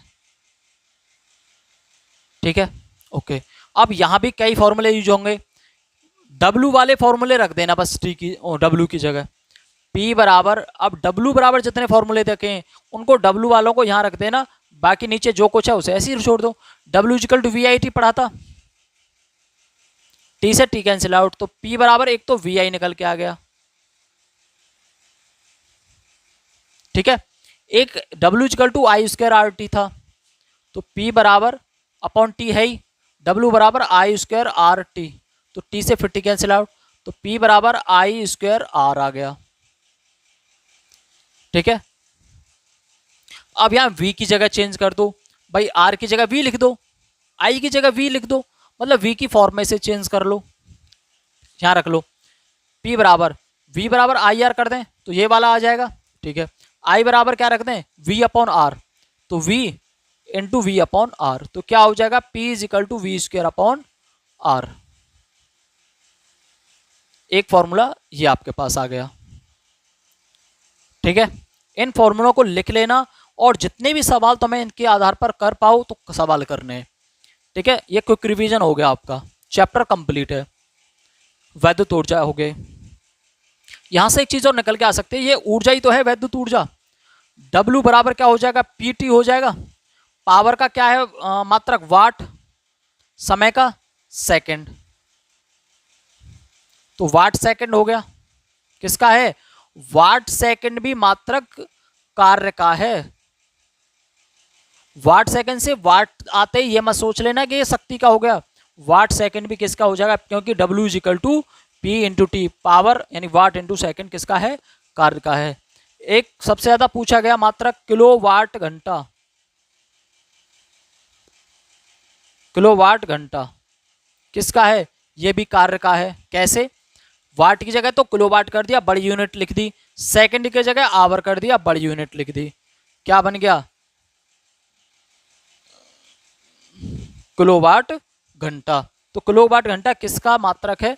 कार्य का मात्रक है, याद रखेंगे। ठीक है, चैप्टर फिनिश है।